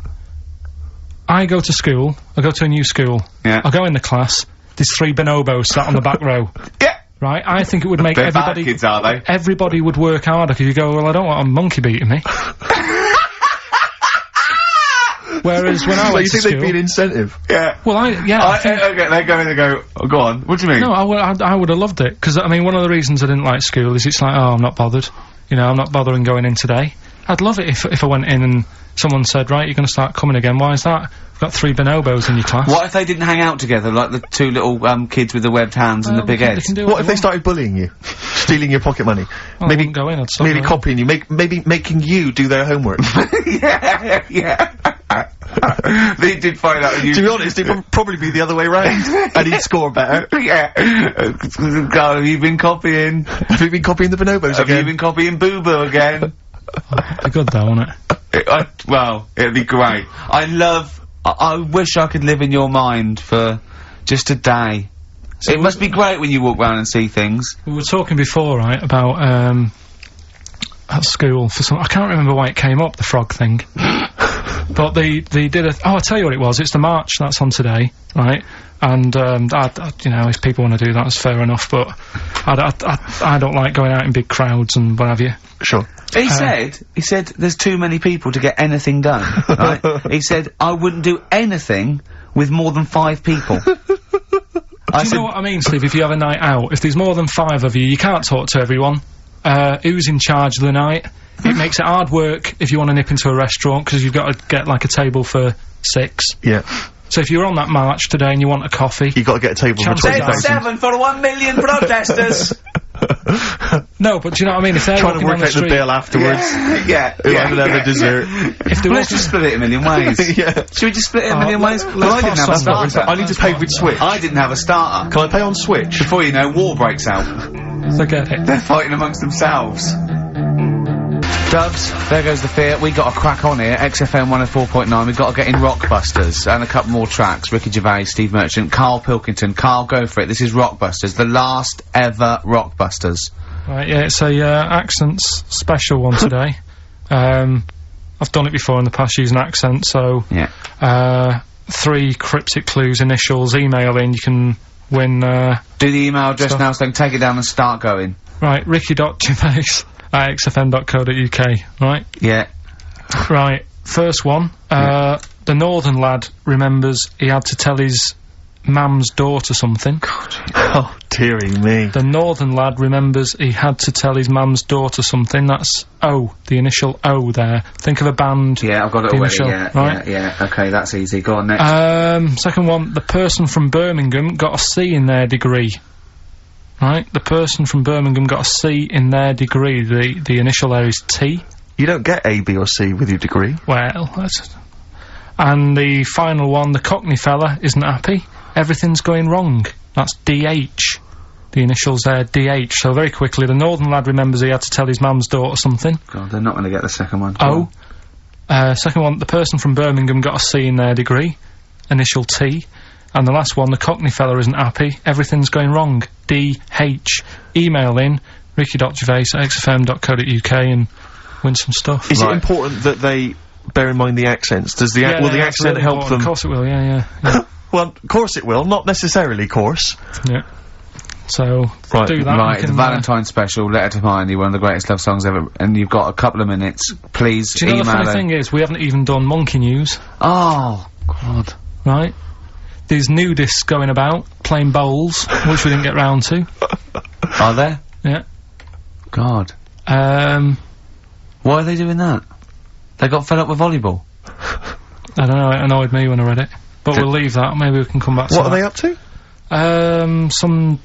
Some They gotta be careful when they're smoking a pipe and bowling if they're nude. Do you know how, like, nudists annoy me?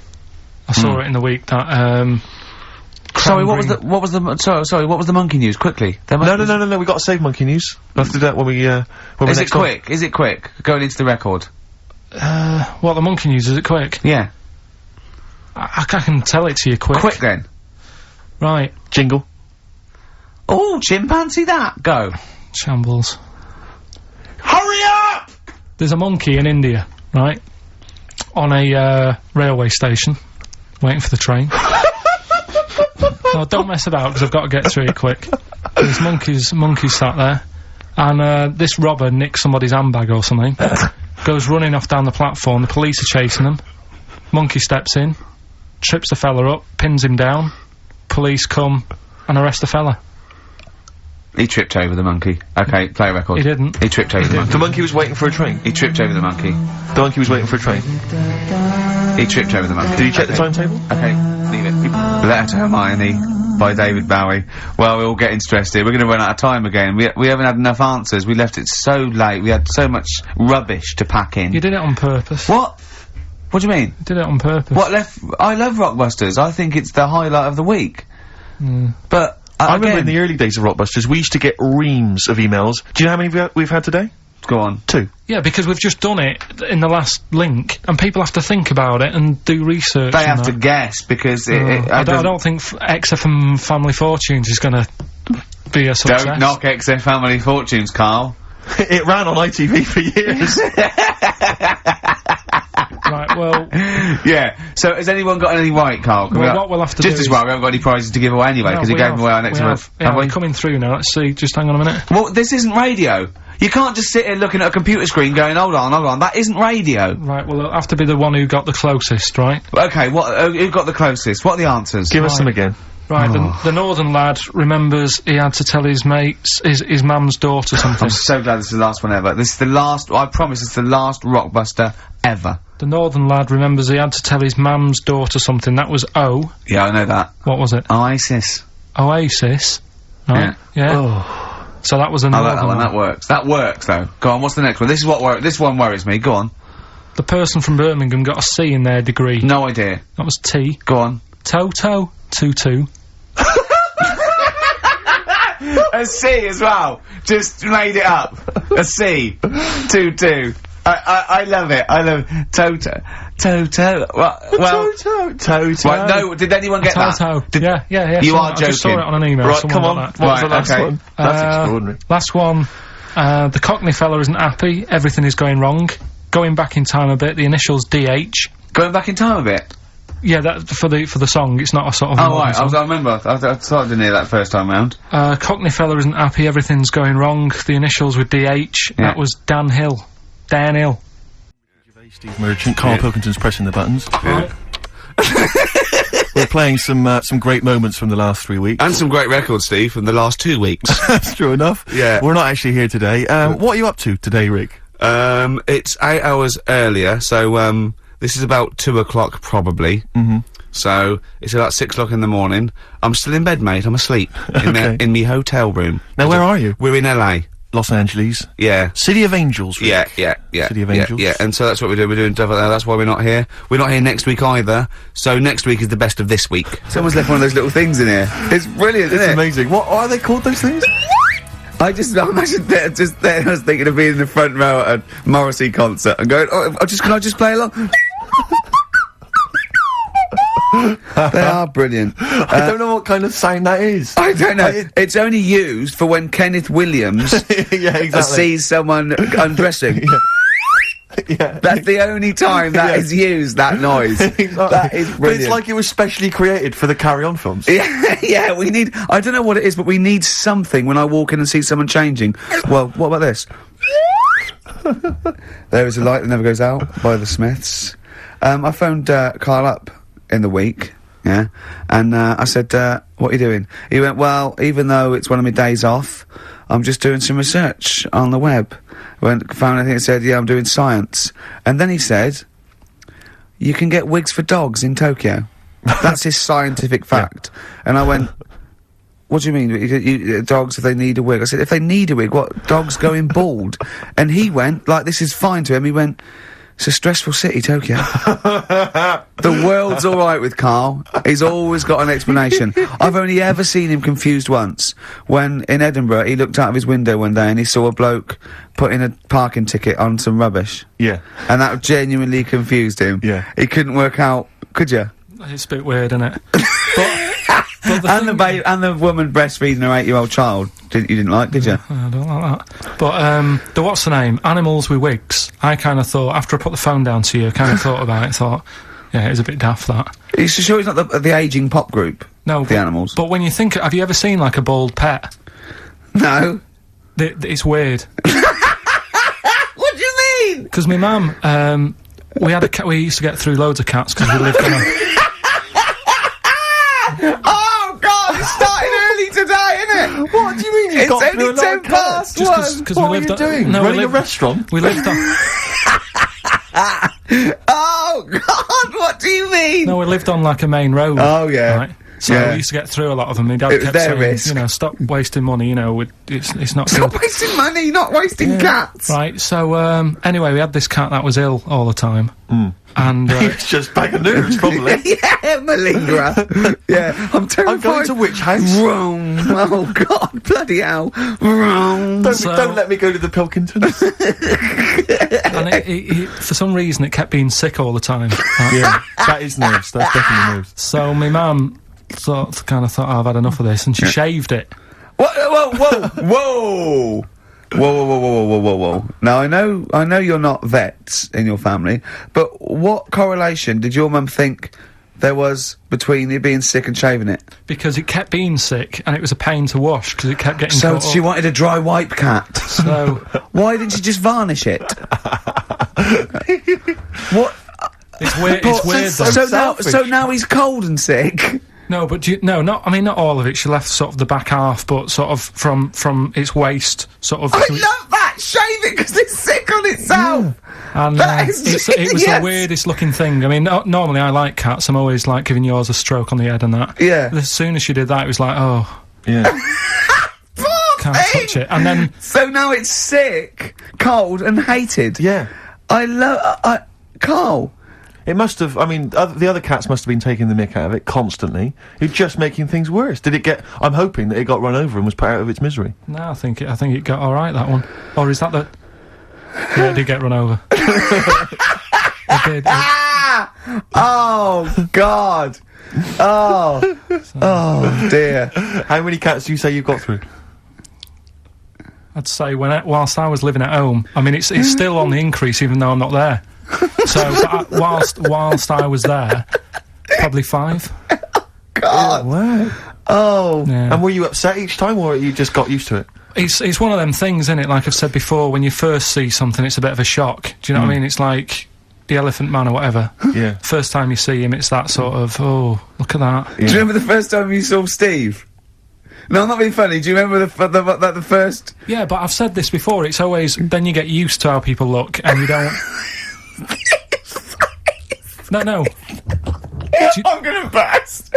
You have to play a record. No, but... Because I just see Steve's face. No, but I've got used to it. Shut up.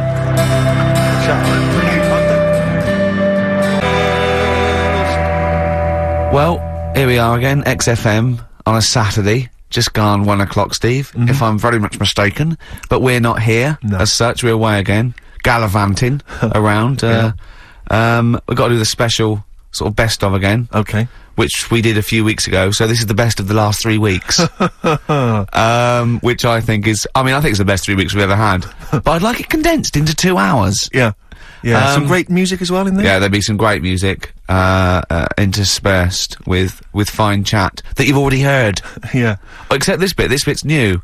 We've actually, out of the kindness of our heart, we've come in last week. Yeah. And we've done a few clips, just because we felt a bit guilty about shooting off. Yeah. And I mean, even now, having heard this link, I'm beginning to wonder if it was worth our time. Yeah. Well, should we play a classic link? Let's play. I'd love what from the last 3 weeks. After this is Feeder.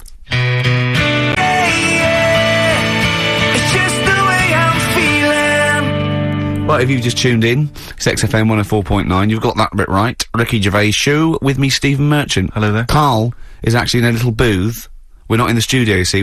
This is pre-recorded. We recorded this last week, because we're away. And it's sort of like the best of the last 3 weeks, since last time we were away, when we put out the best of. It's a long time since we've had any white van Karl. For those that don't remember this particular hot feature, we basically ask Karl some of the questions that are asked of a white van driver in the Sun. They always have this on Saturday afternoons. Anyway, here's the first one. They're not fascinating, Karl, but I'm just interested on your take, really. Yeah. What do you make of Cilla Black quitting Blind Date after her husband sent a message from beyond the grave? You familiar with this story? I didn't know that. What's that? She went to see a medium, and supposedly her husband passed on information through the medium, which was incredibly vague, but persuaded her to quit live on air. Well, it's about time, isn't it? If even dead people are saying, enough's enough. But I'll tell you what, though, talking about ghosts and that, do you know how I'm into them? Yeah. Right? How weird do you think this is, right? Well, it's not true. Before you say it, play a record. No, go on. Go on. Right, it's this woman. I don't even know if it's ghost, really, it's just a bit weird. Sure. Yeah, sure. There's this woman, and she's not a woman, she's a kid. Sure.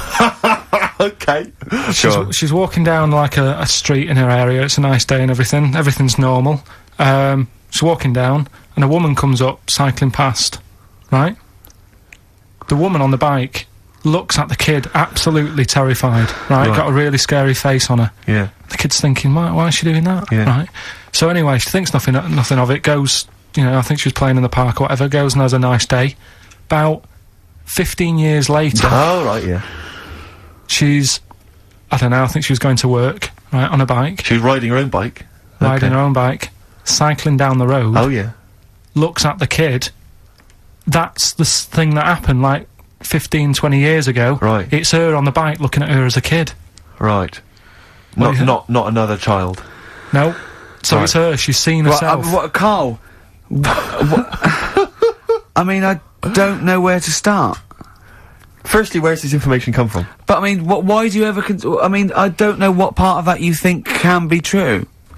I'm honest, I'm speechless. I don't know what to say. What are you talking about? Bit weird, though, isn't it? But it's not true. It didn't happen. Nothing happened like that. She said it did. Well, then she's wrong. She said she saw herself. She saw herself as a kid, didn't she? Did she carry on riding and as an adult when she was a kid. Did she stop and talk to herself? Or did she ride on by and think, that's a bit weird, there's me as an 8-year-old. I won't stop, I'll be late for work. Yeah, if I'm late again, the boss said he'd be in trouble. Yeah. Oh. Well, and where is this information? Did it happen to someone you know? No. You overheard it on the bus? No, it was in the 14 Times. Ah, right. Well, okay. that's the answer. Good. We've got to the bottom of that. Right, good. Karl, let me ask you now. Karl, you will be a little bit unnerved about this. Have you seen the film Jurassic Park? Yeah. You know what happened there? Well, according to the Sun here, it says scientists are planning to clone mammoths for a theme park. Look at his face, look at that, he looks like a dog caught in the headlights of a car, he's terrified. I love Karl. He sprung to attention Karl. there. Is that the best news you could have? Man moths.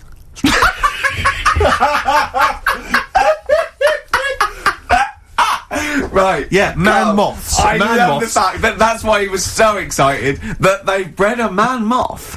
What is this? Yeah, it's a human being that hides in your wardrobe and eats an entire jacket in a day. Yeah. What do you mean, man moths? Mammoths. Mammoth, the big hairy cow from the Ice Age. I mean, elephant. You're not so excited about that, then? You can take or leave bringing back mammoths to life, but a man moth... A man moth is a different matter.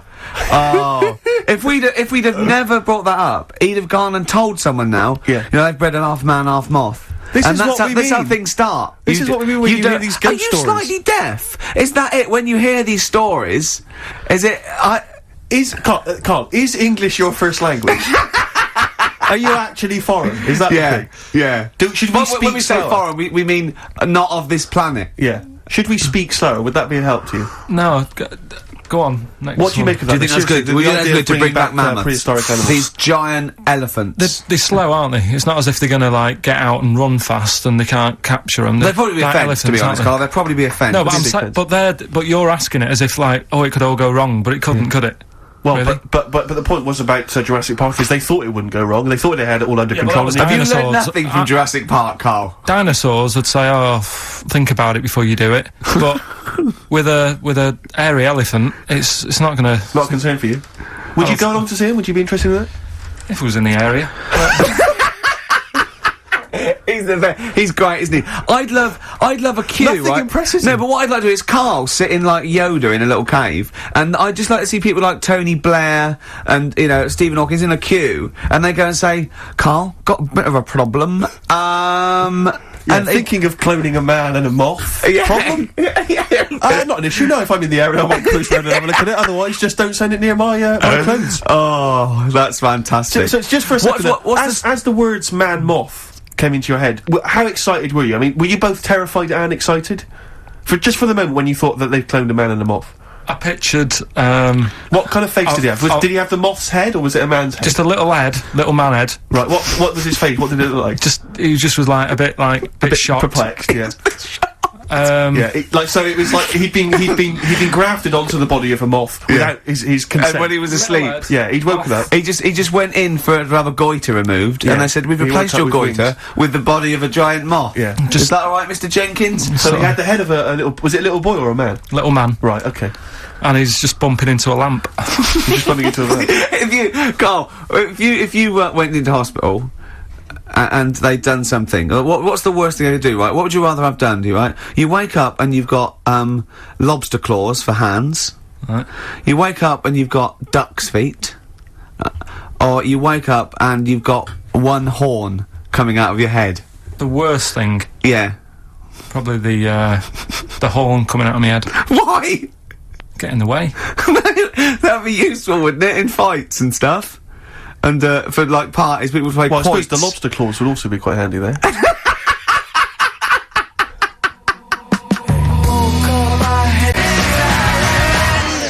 Oh, that's a wonderful, wonderful clip, and, a great record that preceded or followed it, I'm not sure.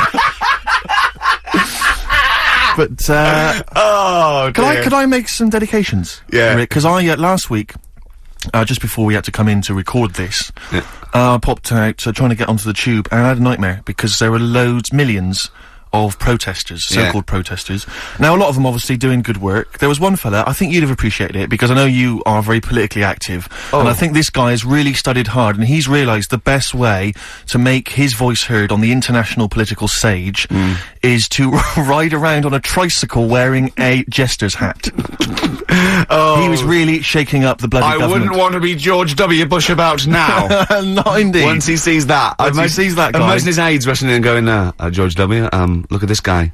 Where's that? That's in London, England. Okay, call off the forces. Is that a large tricycle? Yeah. Is he wearing a nappy? Get me Colin Powell. Why'd you call him Colin, not Colin? It's the way he likes it. Don't about. Just call off the troops. There's a in the jester's hat. Call the troops off. Just bleep some of those bits. XFM. XFM 104.9 of a Saturday. Ricky Gervais with me, Steve Merchant. Hello there. But we're not here. No, we're away. So this is the best of, and I hope you're enjoying it. We certainly are. I had some exciting news this week, Karl. You'll be pleased to find out. I'm worried that you might get a little bit jealous, because it's obviously going to impact on your world quite strongly, because I know you think you'd like things to be quite samey. You'd like the status quo to be maintained. You like the fact that in the past, we've had some crosswords, because I remember, what did you think of me when I first walked in? When I first came in on the first day of XFM? I don't know why you're making a big deal out of it, because I'm just being honest, though. I'm just being honest about a lot of people who see you for the first time sort of go, well, he's a bit weird.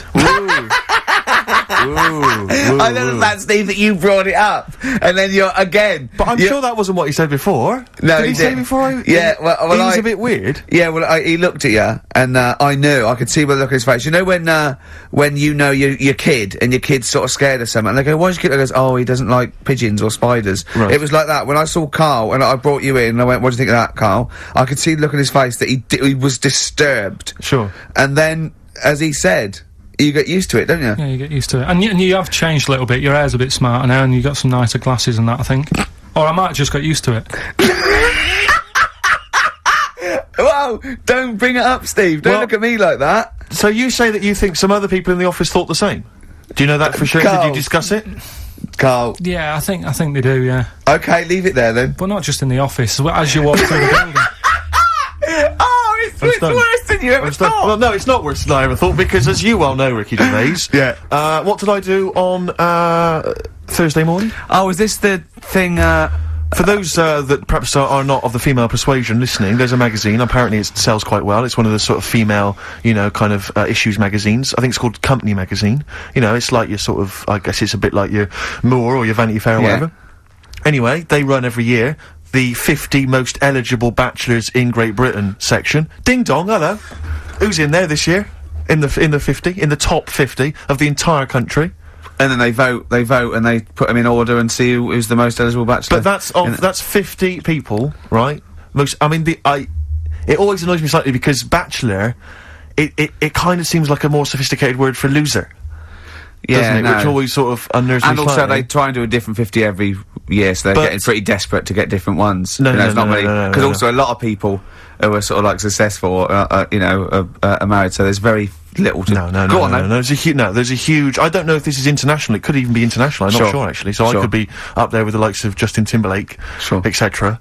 So, Fred Durst... Yeah. That sort of person, you know. So anyway, this is what's exciting, right? Although I'm slightly frustrated because they were telling me that last year, alright, because what happens is the readers of the magazine, they vote for who they think is number one most eligible bachelor, right? Last year, the prize was a 2-week trip in the Bahamas, okay?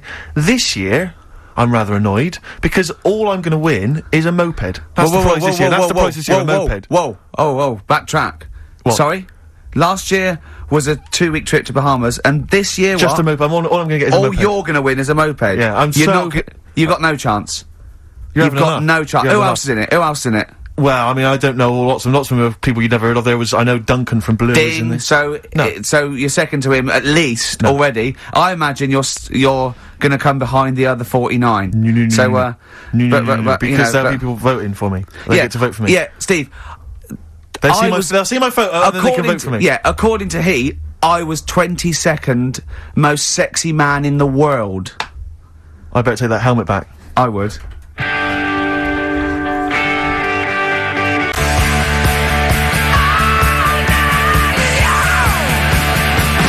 AC/DC. Brilliant. You shook me all night long on XFM 104.9. Well, this show is a rockin'. It is Ricky Gervais, Steve Merchant, Karl Pilkington. Quick query for you. This is from Jay. He's got a problem here. He says, my parents won't let me ditch my studies. He's currently reading modern languages at London University. Sure. He wants to follow his dream, but his parents won't let him, of being a dancer. Karl. Worse than that, he says that they're trying to arrange a marriage to a bunch of minging daughters of people they know from good families. He doesn't know what to do, so he's got the arranged marriage coming along, and he's also got, he basically wants to be a dancer. His parents are forcing him into something more practical. Well, the first thing, right, I don't think Live your dreams? The arranged marriage thing is such a bad idea. Okay. Because I think too many people go on looks. Right. And then you soon get bored of that, and you find out the person who you're knocking about with is actually not your type. Right. Why don't you arrange marriages for people? Well, I'm just saying, right, so I'd say, Jay, go along with that. I wouldn't worry about it. Okay. I mean, if they're really ugly, then, don't go along with it, but if they're half bad, put up with it. That's all right. The dancing. Brilliant. Right? That's solved. Brilliant. I wanted to be a dancer. After I did the boxing, right, I joined a dancing thing just near Man United's ground, right, called Twiggies. Went along, I wanted to learn some moves. How old were you? Well, it was when Michael Jackson was, like, pretty big, so about 83, 84, 85, something like that, around there. Wanted to do it. When I went, it was shut, and I'd become like a warehouse for toilet rolls. So in a way, I wonder what would have happened. Sorry, how is that an anecdote about you going through dancing? Well, you've told me before, you did boxing for a while, you did dancing for a while. You had a true fight in the boxing, you didn't even get in the that's not an imagine if that was a film! This is a boy's dreams of becoming a dancer. Oh, it's shut. Next on. I mean, how is that a story? Yeah, that was Billy Elliot. Do you think it would have won quite as many awards? Yeah, brilliant. Footloose. Alright? Yeah. I'm fed up they've banned it. Let's go. Oh, it's shut. Flash dance. First, there was... it's a warehouse. Never mind. I'm just saying, you'll find something else. I think I got a go-kart after that. I bought a motorised go-kart and kept myself busy with that. So... There's always other things. Just think, Alan Bennett has to sit down and really sweat over his stories. Yeah. He just opens his mouth. You are a living Alan Bennett character. So that's solved. Well, Jay, don't worry about that. There's no emotional problems I can foresee if you follow that advice. So the advice there is do an arranged marriage. If she's not minging, she's not completely minging. And don't worry about dancing, get a go-kart. Cheers. Great. XFM 104.9, we're not here.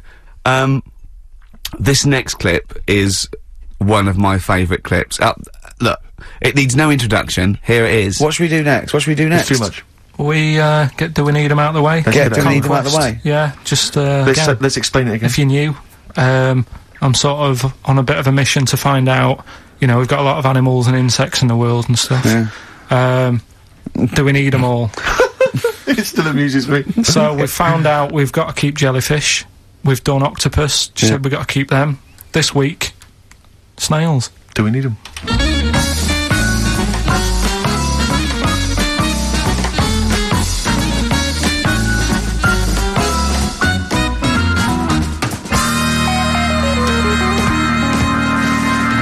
Just doing some research, right? I'm sort of working my way through different creatures and insects and stuff that's on the planet. Yeah. Right? And finding out if we need them or not. Right? Yeah. Do you know much about snails? Well, sea snails? Well, yeah. Snails in general. Don't know much about snails, land snails. I know a bit about sea snails, like whelks, top shells, that sort of thing. Would you say they're important? What sort of sense do you mean by important? Say if we had to sort of get rid of some animals and insects and that because we're running out of room. Right. Do you know what I mean? Because I'll tell you what I know about some snails. I don't know if this applies to sea snails as well. I mean, I called you today because a lot of other places are shut. Yeah. Right? So, I know they like to eat stamps, apparently. The glue on stamps. They love it, right? Right. Apparently a lot of letters and stuff aren't getting to where they're meant to be getting because snails are crawling into letterboxes and eating the stamps. That obviously doesn't apply to the sea ones, but that's a problem they're causing. All right. Were you aware of that? No, I didn't know that. Bet you're glad you answered the phone today. Right? They love beer. Beer, yeah, who doesn't? And also, I don't know if this is right, but I heard that they sleep for 13 years, or can do. Right, I wouldn't know if they can sleep for 13 years or not, but... I mean, sea snails are pretty important, yeah, they do quite a good job in the sea. They graze on algae and they provide food for other animals. I mean, you can say that about any fish, you know, or any animal. Why do they exist? Would you be upset if, you know, someone said we're getting rid of them? Oh yeah. You would be. They're an animal, you know. I wouldn't. Forget being like favouritism and all that I get for them, right? There'll be other things knocking around you can sort of spend your time looking after. You'll still have a job, don't be worrying about that, because I'm not going to get rid of all the fish. Jellyfish need looking after, so you're safe. Yeah. But do we need them? Come on, there's loads of people saying, come on, we've got to move on through the animals, and you're holding them up saying, well, I want to keep them. Well, who's saying we need to... That just sounds a bit crazy to me. Just imagine. Do you know what I mean? And they would come to you because you're working in an aquarium, so they'd be asking for your advice. Right. And you're slowing it down. Well, they asked for my advice and I'm giving it to them, so, you know, that's what I think, anyway.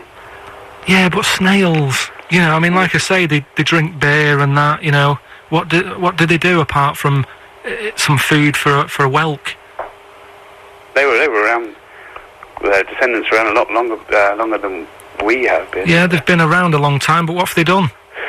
Well, they've survived that long, so they must be doing something pretty good. Well, apparently they sleep for 13 years, so really, even though they've been around for ages... I think that sounds a bit... I don't think they sleep for 13 years. Not all of them, just the tired ones. So, snails, do we need them?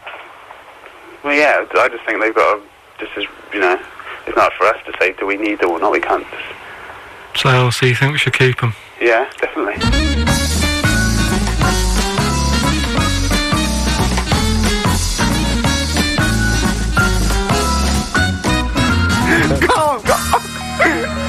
Carl, I'm proud of you. He was getting really quite annoyed. I know. What did he think he was doing? What?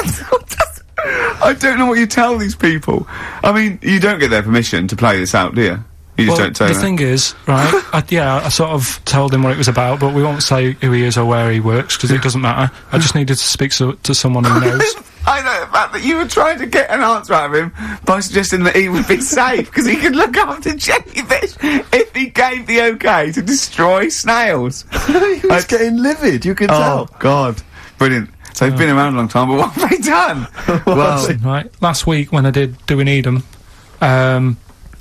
do you know when I called up one of the museums, a science museum? yeah, are you talking to me? Yeah, I'm just saying, I wanted to tell you before when the song was on, but you're so busy listening to it. Yeah, that I've got was I so busy listening to a song I was playing?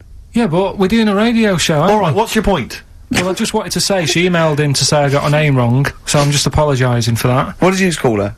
I think I called her Jessica. What was her name? I don't know, I've got it on email somewhere. This is not an apology! No, I am, I'm You've just got saying. it wrong again! You've not even said her real name! How is that an apology? Well, I remember, I read the email, so, yeah, I But who are you apologising to? I think her name's Jackie, I think. Oh, you've got it wrong again, haven't you? Well, anyway, and she just said if you want to see dinosaurs and that, go to the museum. You were complaining about that as well, weren't you? You went to a museum and there was too many dinosaurs. He said you just need 4. No, well, Steve, have you been to the one in Knightsbridge? I think this so. one that I called up, right? It's nice. You go in, you get a good collection of stuff. You walk in, there's 3 or 4 dinosaurs. You've had enough, right? I went into New York, right? Went to the museum there, hundreds of them. You can't move for dinosaurs. Yeah. It's almost like they're responsible for them being extinct. There's loads of them. So all I'm saying is, if you want to see a dinosaur, go to the one near Knightsbridge. They've got a nice selection, some old vases and stuff. It's worth going. So That was great, Karl. Play a record. Well done. Bit of Amy Man. Oh, I'm obsessed with this song, Red Vines. It's brilliant. 9 Ricky Gervais show with Steve Merchant. Hello there. Yep. And we're not here this week. We're off jetting around the world, so we've pre-recorded these links. The time is currently somewhere between 1 and 3 o'clock. So a time check there from Steve Merchant. No problem. Yeah, and what about this weather? Isn't it warm? Stroke. Edit that, Karl. Cold. Okay, whichever one. I'm pleased to see that the congestion charge has had some considerable effect. Had no effect. So just yeah. Wasn't that great on telly last night? The film. Yeah. I particularly enjoyed last night's EastEnders, Coronation Street, Brookside. Okay. Yeah. Hey, Steve Merchant. Karl Pilkington. Tell us about this monkey, Karl. You're gonna love this one, Steve, Go on. right? Yeah, so last week we were talking about how, like, a lad left his family because there was problems at home and that. He went and lived in the wood, he got airy, right? No. Leave it there, Rick. We haven't got time to go into Right, it. so... That's what happened. And that's what happened, he lived with the monkeys, he went airy. That's what happened. Looked into, some other stuff about, like, airy kids and all that.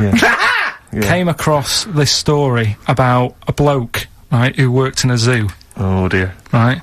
So, Trouble's brewing. loving his job and that, but it's quite a lonely sort of job because you don't see many people, you're just dealing with animals all the time, right? So, anyway, he gets a bit pally with a monkey because it's the closest thing to a human. Well, that ape is. Right. Yeah, but you can't really go that close to apes. It's dangerous. What do you mean? What type was it? Do you Just mean it was let a him tell the Was it story. a chimpanzee? I reckon it was a chimp, yeah. Yeah, it was you a don't chimp. even know, so It was that's a an chimp. ape. It was a Okay. chimp. Yeah, but it doesn't matter, does it? So he It's the gets story. pally with him. Right, so he gets pally with Well, him. did they go on and holiday together? well, no, I mean, it starts On the off... pool together. starts off just checking each other out and, you know, probably sharing lunch and that together. Yeah. Right? Anyway, this goes on for a while. You know, they're getting on well on that. And then after a while, right, the monkey starts sort of imitating him a bit more and sort of walking upright. Oh, God. Yeah. Right? So he thinks, oh, that's a bit weird. Anyway, they get on really better and what have you, so he thinks he could live at home with me, this, Yes. because we're getting on the storm, Yeah. right? So he takes him home, and before Is you this know the it... beginning of Beneath the Planet of the Apes? I think it is. I think you've seen this on video. I'm worried, because he's already imitating him and they're moving in together. I'm thinking it's maybe a bit like Single White Female. Single White Zookeeper. Oh, brilliant. Right, so Go on. anyway, so it's moving in, and it's getting used to sort of the normal human life. It's having a cup of tea in the morning. Yeah. PG tips. As it finishes the day off with Oh, dear. Finishes the day off with what? He doesn't know how to move a piano at one point, does he? He finishes the day off with a little brandy. Yeah. What, he pours himself a... Is he wearing a smoking jacket? Yeah, I'll tell you what, Karl. You're a maniac, mate. No, this is why it attracted me. It's amazing, right? So he's having his brandy and that, loving his life. Next thing you know, he sort of, I don't know if he loses it or he gets shaved, but the top half of his body is hairless. Right? Apart from his head. Right, so he's got a nice... So it's the opposite of the kid. Well, yeah. this is what I'm saying. That would happen. Right. Well, hang on, but so you don't know if he was shaved or if it's How did it say, then the hairless, what? I'll bring it in for you, the story, and then you can see if I've gone wrong. Keep going. Anyway, so this is going on, and he's having a great life. Then the zookeeper starts getting a bit annoyed because he's having a better life than the zookeeper. The zookeeper's in the zoo. This is such rubbish. So the zookeeper's still got to do a day's work. The monkey's at home, he's partying, well, he's it gets got his to a other point when he says, there's no point you coming in to the zoo, because the whole reason of you being there was because you're being kept there. Right. And he didn't want to bring the memories back, so he said, you stay at home.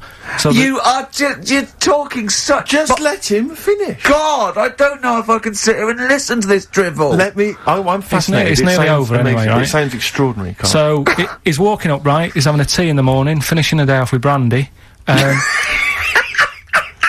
Gets a bit out of hand, only tries it on with the zookeeper's wife.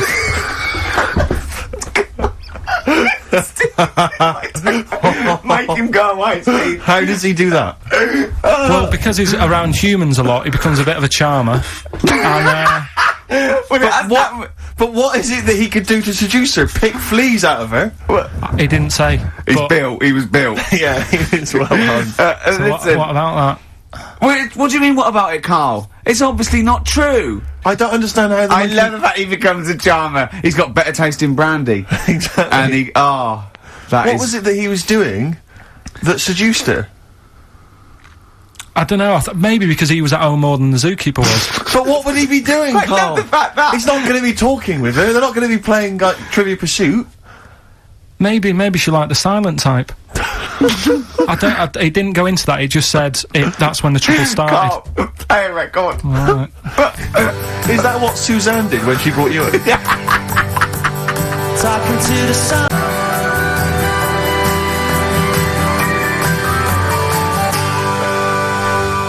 Oasis and Songbird. It's a nice little ditty. It's alright, yeah. Of a Saturday. Yes, thank you. XFM 104.9, Ricky Gervais, Steve Merchant, Karl Pilkington. I think we should go straight into it, Karl. I think we should do the competition, there's Karl in the corner. It seems a little premature. Do you reckon? Yeah, I think do you reckon so. it's so good? Yeah, We should tease it out of them. Well, it's a big thing. It's just that I've got absolutely nothing to say.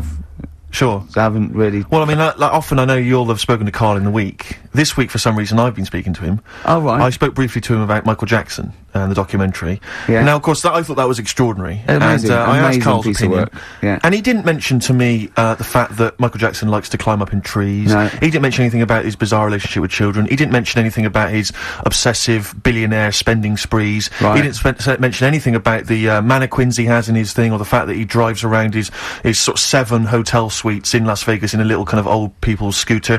The only thing of note for Karl was he said to me, "Did you notice how big his hands are?" I'll tell you what, though. I did. What? Yeah, how are you looking? The man's got, like, a face that he's had reconstructed. Well, I can't seem to say that, it's libelous. Yeah, no, he hasn't. He's got an oddball he's had two nose jobs.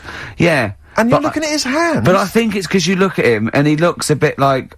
there's a bit of androgyny there, but it's sort of like it is quite a petite sort of old lady's face in a way, but then you see these labourers' hands come out. That's always the way with a tranny, isn't it? You know what I mean? What, you can't accuse him of being a tranny? No, he's not. No, he's not. What are you saying? No, I know, he's got enough issues, now you're accusing him of being a tranny. I like him. I thought he came out that brilliant. I thought it was really... I really felt sorry for him. No, I think... He cleared up a few things, as far as I'm concerned. I thought it was a fascinating piece of work. But, I did like the shopping spree. That was great. Extraordinary, because just going around just pointing. I know it was bad taste, wasn't it?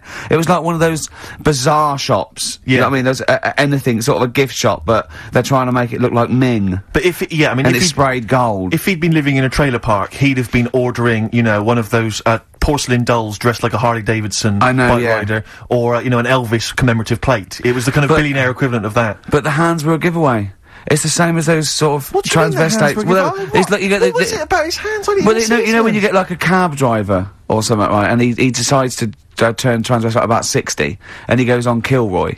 Do you know what I mean? It's that way. He got a twin set of pearls, and he goes, "I've never felt so comfortable." But his hands are still big. He's got a little wig, and he's got the lipstick on, and he's with his teenage kids who are going, "Kill me." Do you think But he's it's been having surgery on his hands to make them larger? bigger? Yeah. Was that why he was wearing that glove through most of the Exactly, because he's yeah. but I think he wants to be a goalkeeper. Right. And they said, well, you can't, Michael. You got to have big hands. It would help him climb the trees. Yeah. And he can play tennis now without a racket.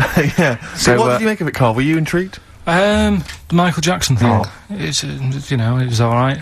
But, like, that got a load of attention in the press. But the Trisha programme got nothing. Okay. Which, I know, was that? like, well, Steve called me up in the week, right? Like 10 o'clock in the morning, I was at work. And he goes, Well, she thinks so at 10 o'clock. She preparing this show. Most people go to work about 8, 9. Are you watching Trisha and that? I said, no, what is it? He goes, oh, you'll be loving it, right? Freaks, was it, Help Me, My Mum's a Freak? Siamese twins. Right. So I couldn't watch it, but he said, oh, it might be on again, because they repeat stuff on ITV2. Right. So I had my dinner late, right, instead of having it at like 1 o'clock like I normally do, Yeah. I had it at like 2:30, Yeah. sat in the office, put the telly on, ITV2, these Siamese twins. Did it blow your mind? It was amazing. You know, we talk about a lot of things on the show quite a lot. The Airy Kids crop up a lot. I was waiting. It's been 10 minutes and you haven't mentioned the Airy Kid. Right, and last week we were talking about Siamese twins, weren't we? So it was weird that this programme was on, but it was amazing. I mean, what I did think you you can't refer to them as Siamese twins. I think they're known as conjoined twins. Why? I think Siamese is maybe considered derogatory or as an old antiquated phrase. Yeah, I think it's because the first famous ones were actually from Siam. Right, but anyway. and that doesn't exist anymore. No, it's conjoined, Karl. Yeah. Get the phrase right. But you'd think that if that's happened to you, that wouldn't be that sort of offensive. The names that you must get called. Right. You think that's the least of your Siamese worries? twins, I'd say, well, that's, yeah. Now, were you stunned by where they were connected? Just live with it, we'd say. Right. Because they were connected, of course, at the forehead. Oh. Sort of, which was quite extraordinary. Well, there was one set of Siamese twins. One had a job and the other one didn't. That's ludicrous. Yeah. The other one was unemployed. The other one had a job. She had to go to work. She had to get up at 6 o'clock on her day I'm off. supporting you, literally. Yeah. Didn't they get done off the social for sort of... Yeah, because the other one was signing on. That wasn't a question that Trisha asked. Annoyingly, because I know that much of the audience was thinking that. There was a few things that didn't crop up.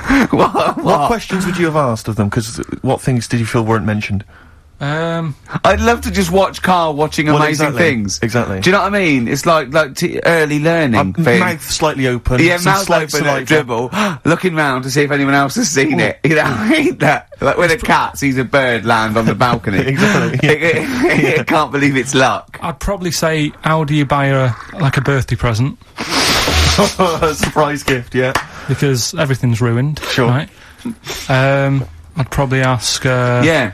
Well, did you not think it was interesting that one of them had a boyfriend? Well, that was a bit weird, wasn't it? Uh-huh. But, what was the other thing that I was thinking when I was watching it? Was thinking if one got into crime and that was sent to prison... Right. What would happen? How would you handle that? It's brilliant. It is brilliant. If a chimp could talk. And, what was the other one? The other thing was, what did he talk about? Because it's not as if you can say, oh, guess what I did today? Do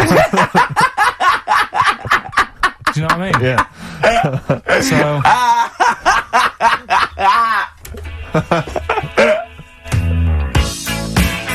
Got this in